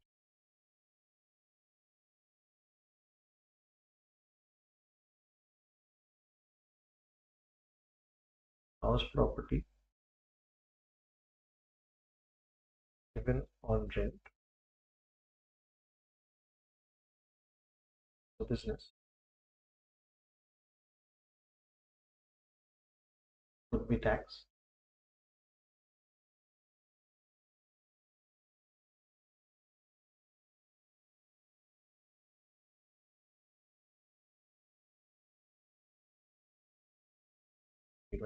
However, for Finance Act 324 amendment,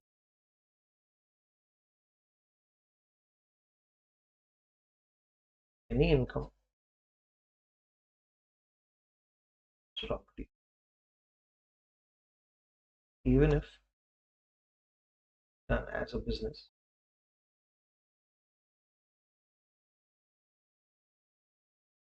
be taxable.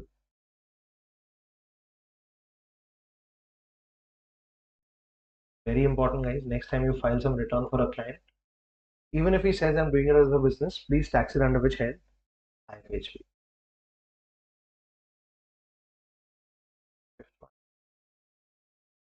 A and Co. A for Kotak Bank.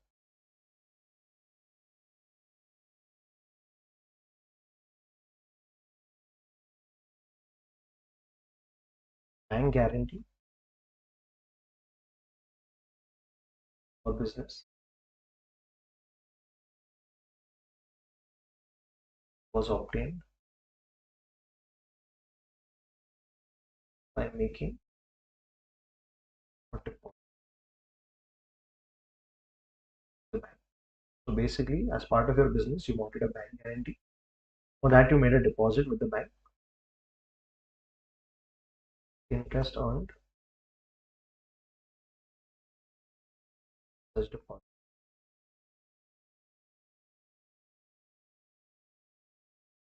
will be taxed the PGB.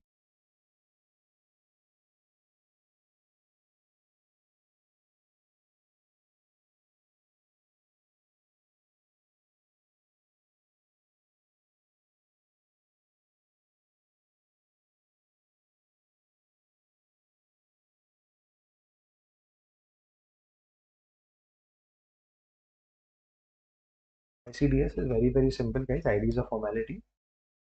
The shortcut, very random shortcuts I'm making so that at least we have something to remember. Depreciation can be claimed on asset or finance lease, even though not registered in the name of the assessee.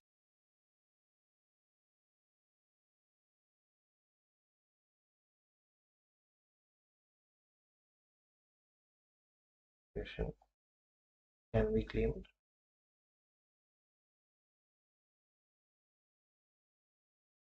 this owned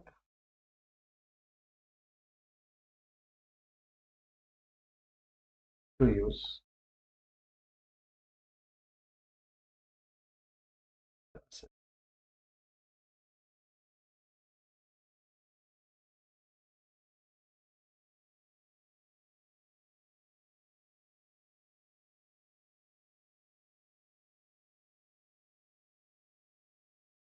This asset is owned and put to use by the assessee.